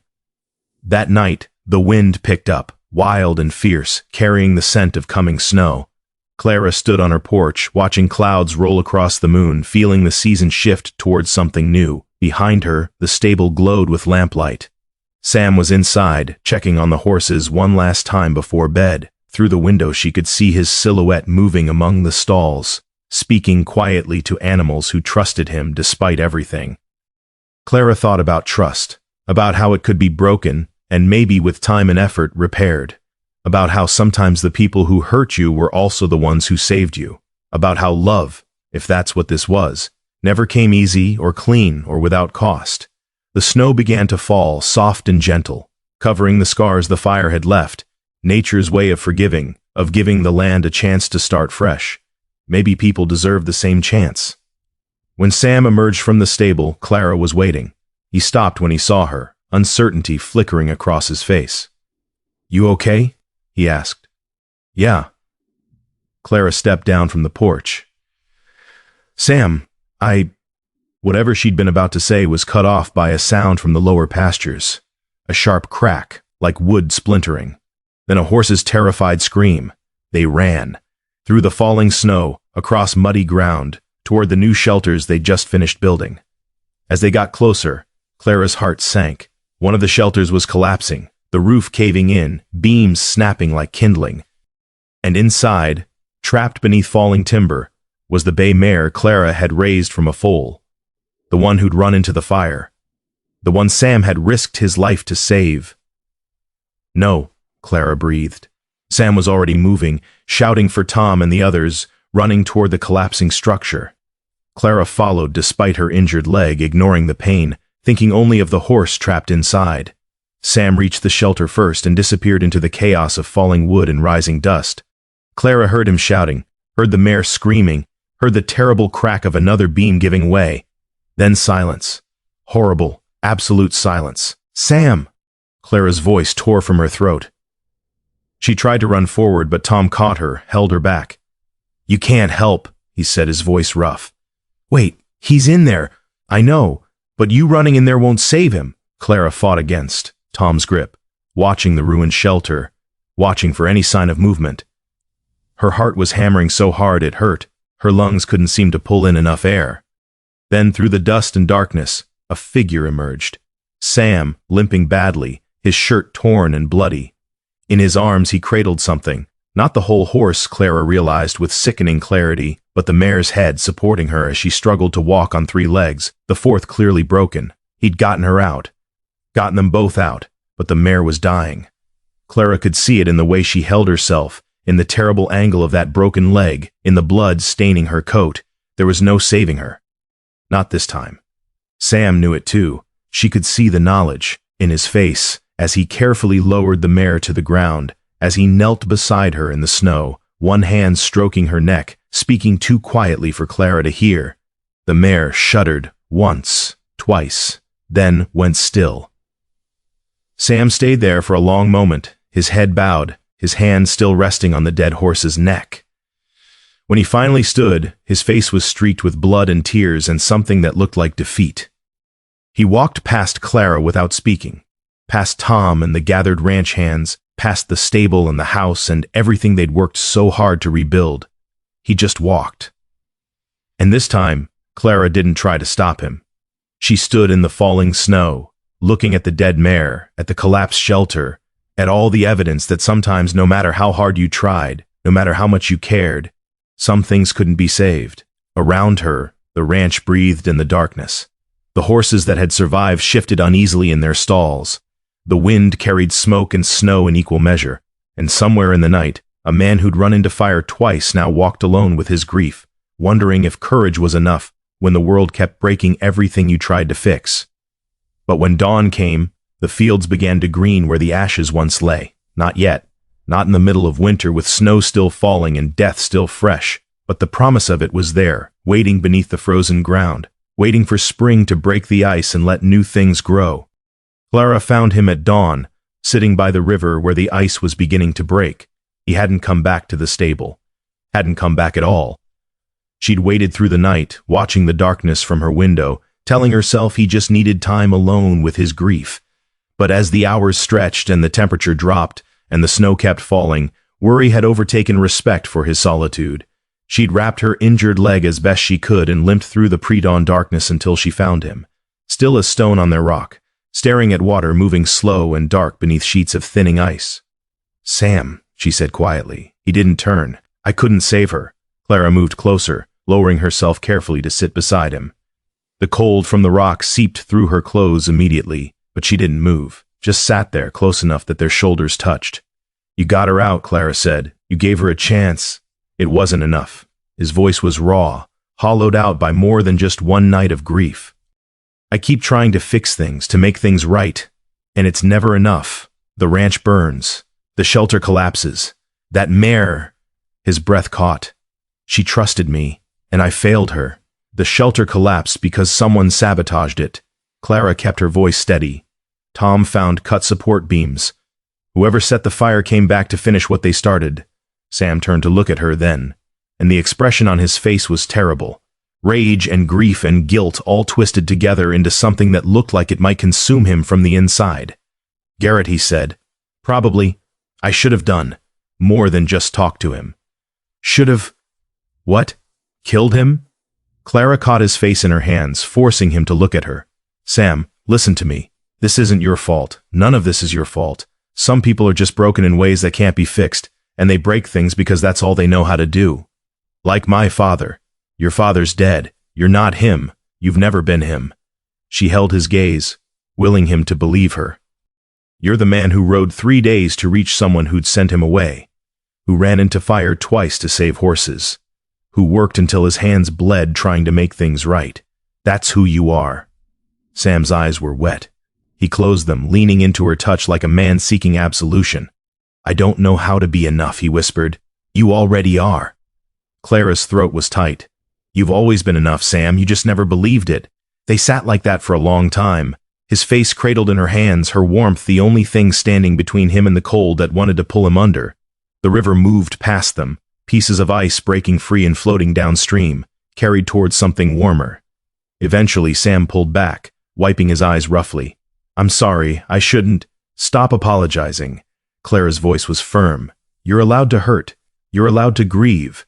You don't have to be strong every second of every day, but what I need is for you to be honest, to be real, to stop trying to be some perfect version of yourself that doesn't exist." She paused, choosing her next words carefully. "I fell for Sam the Drifter because he was gentle and broken and trying so hard to be better. Not because he was perfect, because he was real. Sam looked at her like she'd said something in a language he was still learning to understand. I don't know how to be that person without the lie. Then figure it out. But figure it out here, with me. Clara took his hand, the one with bruised knuckles from whatever he'd done to Garrett, the one with burns from the fire, the one that had held hers across a card table on Christmas night. If you'll stay, Clara, I'm not saying everything's fixed. I'm not saying I trust you completely or that we're suddenly going to be fine. But I'm saying I want to try. For real this time. No more running, no more hiding. Just two people trying to build something honest. Sam stared at their joined hands. When he spoke, his voice was barely above a whisper. I don't deserve you. Probably not. Clara smiled despite the tears on her cheeks. But I'm offering anyway. Question is whether you're brave enough to accept. For a moment, she thought he might say no, might tell her he was too broken, too damaged, too much like his father to ever be the man she needed. Instead, he squeezed her hand and said, yes, just that. One word. But it felt like a vow. They sat by the river as the sun rose, burning away the clouds, turning the snow to liquid gold. Around them, winter was beginning to loosen its grip, just slightly, just enough to suggest that spring might actually come after all. When they finally stood, Clara's legs screaming in protest, Sam didn't ask if she needed help, just offered his arm and let her take it, supporting her weight as they walked back toward the ranch together. The others were already up and working when they arrived. Tom met them in the yard, his expression grim. Sheriff's here, he said. Wants to talk about the fire.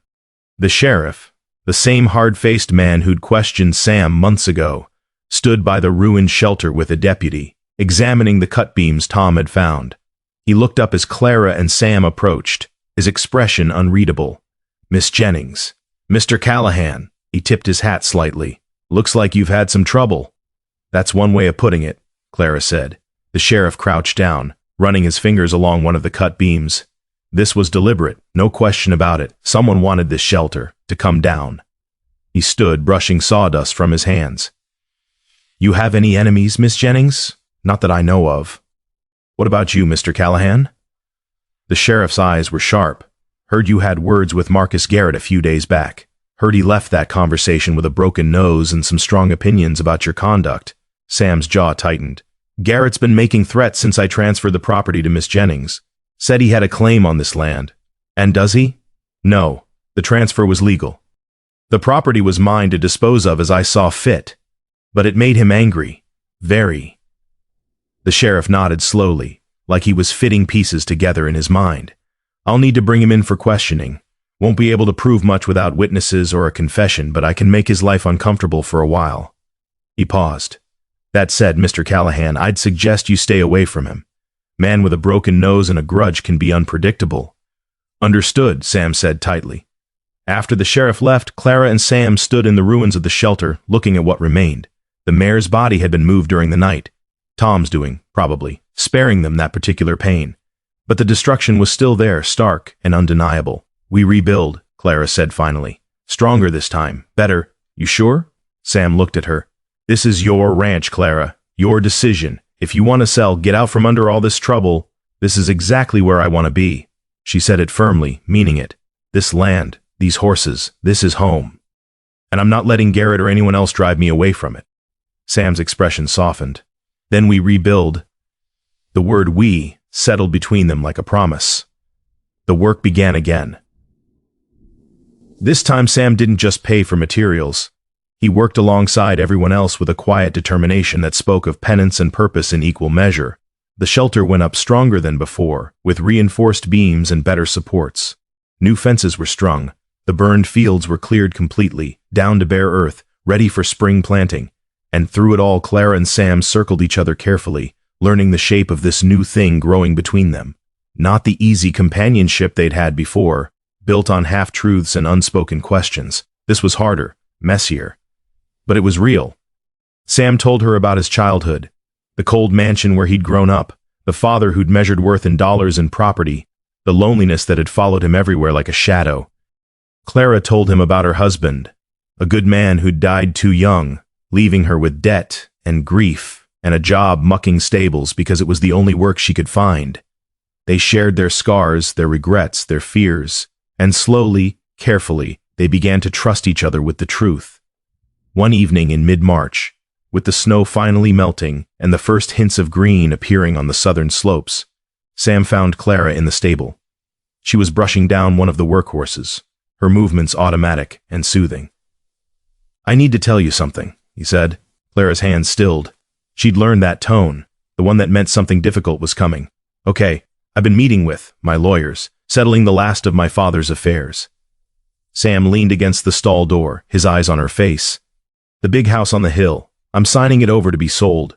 All the money will go to the workers who my father cheated over the years. Wages he should have paid, benefits he withheld. It won't fix everything, but it's a start." Clara set down her brush. "And where will you live?" "I was hoping." He paused, suddenly uncertain. "I was hoping you might let me stay in the stable, or build something small on the property. I don't need much. Just," he stopped, started again. "Just somewhere I can be near you, if you'll have me." Clara's heart was beating too fast. "As what? A hired hand? A partner? As whatever you want." Sam took a step closer. "I know we're still figuring this out. I know you're not ready to," he gestured vaguely, "to call it anything specific. And that's okay. I'm not asking for promises. I'm just asking to stay, to keep working beside you, to see where this goes." Clara studied his face, the honesty there, the vulnerability, the hope he wasn't quite hiding. She thought about the months since he'd arrived, the lies and the truths, the betrayal and the redemption, the way he'd run into fire for her horses, had ridden 3 days because instinct told him she needed him, had broken himself trying to fix things his father had destroyed. She thought about the river stone in her pocket, worn smooth by water and time. "Okay," she said finally. Sam's eyes widened. "Okay, you can stay. We'll build you something. A small house maybe near the stable, close enough that you can hear if the horses need you." She paused. "Close enough that I can find you if I need you." The relief that washed over his face was almost painful to witness. "Thank you. Don't thank me yet." Clara moved closer, until they were standing almost toe-to-toe. "Because I have conditions. Anything. No more lies. Ever. Even small ones. Even ones you think will protect me. I promise. And you have to talk to me. When things are hard, when you're struggling, when you're scared, you don't get to shut me out. We face things together or not at all." "Okay." Sam's voice was rough. "What else?" "That's it." Clara reached up, her hand coming to rest against his chest, feeling his heart hammering beneath her palm. "Just honesty, just partnership, just us, figuring it out as we go." Sam covered her hand with his own. "I can do that. You better." Clara smiled, small and tentative. "Because I'm not going through this again. You run, I'm not coming after you. I'm not running." He said it like a vow. Never again. They stood like that for a long moment, the stable warm and quiet around them, horses breathing softly in their stalls. Outside, the wind carried the scent of thawing earth and new grass. Spring, finally arriving after the longest winter of Clara's life. "Sam?" she said quietly. "Yeah? Thank you for coming back, for staying, for being brave enough to try." Sam's hand tightened on hers. "Thank you for giving me the chance." The kiss, when it came, was gentle, tentative and sweet and full of new beginning. Not the grand passion of stories, but something quieter, something that felt like coming home after a long journey. When they pulled apart, both of them were smiling. "So," Sam said, his forehead resting against hers, "where do we start? With the house." Clara's voice was steady. "We'll build it together. Figure out what you need, what makes sense. And then we plant the fields. Get ready for summer. Make this ranch into something worth keeping. It's already worth keeping," Sam said softly. "Because you're here." Clara felt her eyes sting with unexpected tears. "We're here," she corrected. "Both of us." "Both of us," Sam agreed. The weeks that followed were the busiest Clara could remember. Sam's house went up quickly, a simple structure with 2 rooms and a porch that faced the sunrise. He insisted on doing most of the work himself, with Tom and the others helping when they could spare time from the regular ranch work. Clara watched it take shape, this small, honest building that would hold the man she was slowly learning to trust again. The fields were planted in late March, wheat and hay and vegetables for the household. Sam worked beside her, learning the rhythm of planting, the particular art of reading soil and weather. He was clumsy at first, unused to this kind of labor, but he learned quickly. And he never complained, even when his back ached and his hands blistered and the sun beat down without mercy. They fell into new rhythms, breakfast together at Clara's table, sharing coffee and planning the day's work, midday rest during the worst heat, sitting in whatever shade they could find, passing a water jug back and forth. Evenings by the river, watching the water rise with snowmelt, talking about everything and nothing. Slowly, carefully, they rebuilt what the lies had broken. One night in early April, Clara woke to the sound of rain, the soft, steady kind that soaked deep into thirsty ground. She rose and went to her window, looking out at the ranch washed clean by spring weather. Across the yard, lamplight glowed in Sam's new house. He was awake too, probably listening to the same rain, thinking his own thoughts. Clara pulled on a shawl and walked through the warm rain to his door. She knocked softly, not wanting to startle him. Sam opened the door in his shirt sleeves, his hair rumpled, surprise flickering across his face. "Clara, is everything all right?" "Everything's fine." She stepped inside, shaking water from her shawl. I wanted to see you." Something shifted in his expression. Understanding, maybe, or hope. He closed the door behind her and lit another lamp, filling the small space with warm light. His house was sparse but comfortable. A bed in one corner, a small table and chairs, a stove he'd installed himself. Books on a shelf, she hadn't known he liked to read. Personal items she recognized, the coat she'd given him that first winter, carefully mended, a wooden carving of a horse, half finished, tools beside it. "It's nice," Clara said. "It's home." Sam gestured to the table. "Coffee? I was just making some." "Sure." They sat together while rain drummed on the roof and Sam poured coffee into mismatched mugs. The silence between them was comfortable now, familiar. They'd learned to exist together without needing words to fill every space. "I've been thinking," Clara said finally, wrapping her hands around her mug, "about the ranch, about what comes next, and I want to expand. Not huge, but enough to really make something of this place. Better breeding stock, maybe. Training services for people who need help with difficult horses." She looked at him. "I think we could do it. Together." Sam's eyes brightened. "You want me as a partner, officially? If you're interested." "Clara, He stopped, emotion thick in his voice. "Yes. Absolutely yes. It won't be easy," she warned. "Building something from scratch never is. Nothing worth doing is easy." Sam reached across the table, taking her hand. "But I think we can do it. I think we can build something real here, something that lasts." Clara looked at their joined hands, his scarred from work and fire, hers calloused from years of hard labor, hands that had built and mended and broken and healed, hands that were learning to hold each other without fear. "I think so too," she said softly. The rain continued through the night, soaking deep into the earth, washing away the last traces of ash and winter. In the morning, the world would be green, new grass pushing up through soil, leaves unfurling on the cottonwoods, the whole valley stretching awake after its long sleep. But for now, Clara and Sam sat in the lamplight, making plans and dreaming dreams, and learning to trust that, maybe, finally, they'd found something worth keeping, something worth fighting for, something worth staying for. 3 months later, in the heart of summer, the ranch was transformed. The fields were green and thriving, wheat rippling in waves when the wind blew. The horses were fat and healthy, their coats gleaming in the sun. The fences stood straight and true. The shelters, rebuilt stronger than before, provided cool shade during the worst heat. And the people had changed too. Tom smiled more, his weathered face creasing with genuine pleasure when he watched the foals play in the paddock. Danny had grown into his role, taking on more responsibility with quiet confidence. Even Pete, who'd been suspicious of Sam from the beginning, now worked alongside him with grudging respect. Clara stood on her porch one evening, watching the sun set over land that was finally, legally, truly hers. The papers were signed, the transfer complete. She owned 500 acres of valley land and everything on it. But that wasn't what made her feel wealthy. What made her feel rich was Sam emerging from the stable, dusting hay from his shirt, calling something back to Tom that made the old man laugh. Was the way he looked up and saw her watching and smiled. That slow, genuine smile that transformed his whole face. Was the way he crossed the yard toward her with easy confidence, like he belonged here and knew it. and wasn't afraid of it anymore. "Good day?" he asked, climbing the steps to stand beside her. "Good day," Clara confirmed. She leaned against him, feeling the solid warmth of him, the steadiness. "The Hendersons are bringing their mare next week. The one that keeps throwing riders. I heard. Should be interesting. Think you can fix her?" Sam was quiet for a moment, watching the last light fade from the sky. "I think I can help her remember how to trust again." He glanced down at Clara. "Someone taught me how to do that." Clara felt her throat tighten.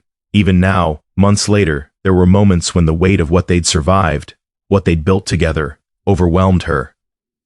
"I'm glad you came back," she said quietly. "Me too." Sam's arm came around her shoulders, pulling her closer. "Me too." They stood together as darkness fell and stars emerged, the same stars that had watched over them through storm and fire and every hard thing in between, the same stars that would keep watching as they built this life, this partnership, this love that had grown in the spaces between lies and truth. From the stable came the soft sounds of horses settling for the night. From the bunkhouse, Pete's harmonica playing something slow and sweet. From the river, the constant whisper of water moving downstream, patient and persistent, wearing down stone. "Sam?" Clara said. "Yeah? I love you." She felt him go still beside her. They hadn't said it before. Had been too careful, too wounded, too afraid of naming something that might break under the weight of expectation. But Clara was done being afraid. Sam turned to face her, his hands coming up to cradle her face with infinite gentleness. His eyes were bright in the starlight, full of wonder and joy, and something that looked like relief. "I love you too," he said, his voice rough with emotion. "God, Clara, I love you so much it terrifies me." "Good." Clara smiled through sudden tears. "Because I'm not letting you go. Not ever again. Promise, promise." The kiss this time was deeper, fuller, not tentative but certain, not a question but an answer. They kissed on the porch while the night settled around them, while the ranch breathed with contentment, while everything they'd fought for held steady and true. When they finally pulled apart, both of them were smiling. "Come on," Clara said, taking his hand. "Let's go inside. We have an early start tomorrow." "Always an early start," Sam said, but he was smiling. They walked together through the darkness toward Clara's house, the one they'd started calling their house sometime in the past few weeks, though neither could pinpoint exactly when the shift had happened. Just knew that it had, that somewhere between winter and summer, they'd stopped being two separate people sharing space and become something more. A partnership, a team, a home. Inside, they lit lamps and made a simple dinner and talked about the next day's work. They washed dishes side by side, Sam scrubbing while Clara dried, their movements synchronized from months of practice. And when the work was done, they sat together on the small porch Clara's house had, watching the last light fade from the western sky. "I've been thinking," Sam said, his fingers laced through Clara's. "Dangerous habit," he smiled. "About the future. About what we're building here, and I want to make it official." He turned to look at her, his expression serious. "Not just business partners. I want—" He paused, choosing his words carefully. "I want to marry you, Clara. If you'll have me." Clara's breath caught. She'd known this was coming, had felt it building for weeks, but hearing it said out loud still made her heart race. "You're sure?" she asked. "Because this is forever, Sam. I'm not the kind of woman who believes in easy divorces or walking away when things get hard." "I know." His grip on her hand tightened. "That's exactly what I want. Something permanent, something real, something that can't be undone by lies or mistakes or any of the stupid things people do to hurt each other." Clara studied his face, the honesty there, the certainty, the love that no longer tried to hide itself. "Okay," she said. "Okay? Okay, I'll marry you." Clara smiled, bright and fierce.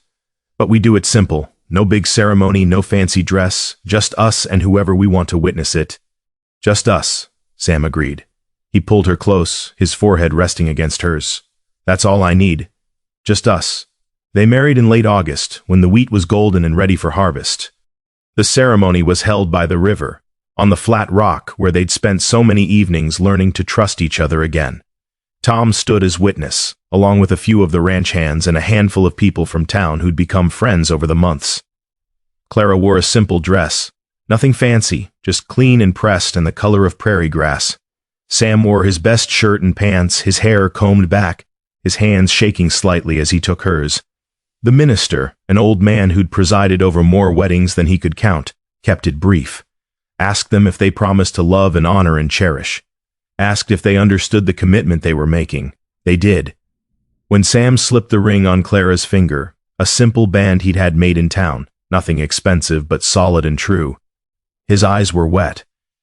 "I promise," he said quietly, "to spend every day of my life proving I'm worthy of you." "You already are," Clara whispered back. "You always were." The kiss they shared was witnessed by friends and sky and the river that had watched over them from the beginning. When they pulled apart, both of them were smiling through tears. There was a celebration after, a simple meal, some music, Tom's harmonica joined by Danny's fiddle. They danced in the grass by the river, laughing when they stepped on each other's feet, holding each other close as the sun set and stars emerged. Later, much later, Sam and Clara walked back to their house, no question now, hand in hand, tired and happy and full of hope. "Think we can do this?" Clara asked as they stood on the porch, looking out at the ranch that was finally, completely theirs. "Do what? Run a ranch? Raise horses? Build a life?" "All of it." Sam pulled her close, his arms wrapping around her, his chin resting on top of her head. "Yeah," he said softly. "I think we can do all of it. Together." And they did. The years passed in the way years do when you're too busy living to notice them flying by. The ranch grew and prospered. Their breeding program became known throughout the territory. People traveled days to buy horses trained by Clara and Sam, horses that were gentle and strong, and taught with patience instead of force. They took in strays, both human and animal. Young hands looking for honest work, horses other people had given up on. They built a reputation for second chances, for believing that broken things could be mended if you were willing to put in the time. Sam never went back to the city. Sold his father's business, liquidated the investments, gave away most of the money to charities and workers who'd been cheated, kept just enough to ensure the ranch would survive hard times, and never once looked back. Clara taught him everything she knew about ranching, about reading weather and soil and animals, and Sam taught her things she'd never had time to learn, how to read and write more than basic words, how to keep proper books, how to see herself as more than just a hired hand who'd gotten lucky. They fought sometimes. Loud, passionate arguments about money or decisions or the 100 small things couples disagree about. But they always talked it through, always apologized when they were wrong, always remembered that they were on the same side. And slowly, carefully, the scars they'd both carried began to fade. Not disappear. Scars never truly disappear. But they became part of the story instead of the whole story. Proof that they'd survived, that they'd fought for each other, that love could grow even in damaged soil if you tended it carefully enough. 5 years after their wedding, Clara stood in the same spot on her porch, where she'd stood the night she first told Sam she loved him. The ranch looked different, now. Bigger, more prosperous, filled with life and movement and purpose. But the bones were the same. The land she'd poured her heart into, the horses she'd dedicated her life to, the home she'd built from nothing. Sam emerged from the stable, and even from a distance she could see he was limping slightly. An old injury from the fire that flared up sometimes, especially in cold weather. He caught her watching and waved, his smile visible even from across the yard. Behind him, a small figure toddled out of the stable, barely 3 years old, with Sam's pale eyes and Clara's dark hair, absolutely fearless around animals twice her size. "Mama," their daughter called, waving a piece of straw like a trophy. "Look what Papa gave me." Clara felt her heart swell so full it hurt. This life, this family, this ranch built on honesty and hard work and love that had been tested by fire and emerged stronger. She walked down to meet them, scooping up her daughter and letting Sam wrap his arms around both of them. They stood there in the afternoon, sun, 3 parts of one whole, while horses grazed in green fields and the river sang its endless song and the valley held them safe. "Thank you," Sam said quietly, his lips against Clara's temple. "For what?" "For everything. For giving me a chance when I didn't deserve it. For teaching me what it means to really live, instead of just survive. For," his voice caught, "for all of this." Clara turned in his arms, balancing their daughter on her hip, and kissed him softly. You gave me all of this too, she reminded him. We built it together. Together, Sam agreed, his hand coming up to stroke their daughter's hair. Always together, the little girl squirmed, to be put down, immediately running toward the paddock where a new foal was standing on wobbly legs.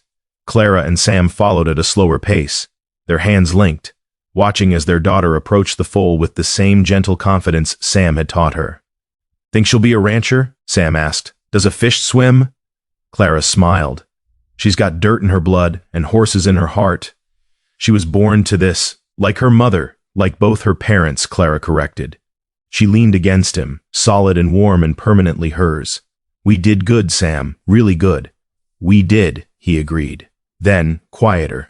I never thought I'd have this, a home, a family, a reason to wake up every morning that isn't about money or obligation, or living up to someone else's expectations. And now I have everything that matters. They stood at the fence watching their daughter make friends with the new foal, watching the sun move slowly toward the western horizon, watching their world continue its steady, reliable rhythm. The ranch that had been broken was whole again. The people who'd been lost had found their way home, and the love that had started in storm and secrecy had grown into something strong enough to weather any season. Not perfect, never perfect, but real, honest, true. And as the sun set over the valley, painting everything gold, Clara thought about the drifter who'd fallen at her feet one storm-torn night, thought about the lies and the truths and all the messy, complicated ways people learned to forgive each other, thought about mercy and how sometimes it changed everything. Come on, she said, tugging Sam's hand. Let's get cleaned up for dinner. Tom's coming over, and you know how he gets if the food isn't ready on time. Sam laughed and followed her toward the house, scooping up their daughter on the way, listening to her chatter about horses and hay and all the important things in her small world. Behind them, the ranch settled into evening. Horses moved toward their stalls, chickens retreated to their coops, the last light faded from the sky, leaving stars in its wake, ancient and constant and somehow kinder than they'd been before. And in the house that Clara had lived in alone for so many years, three voices mingled, speaking and laughing and filling the space with the particular music of family.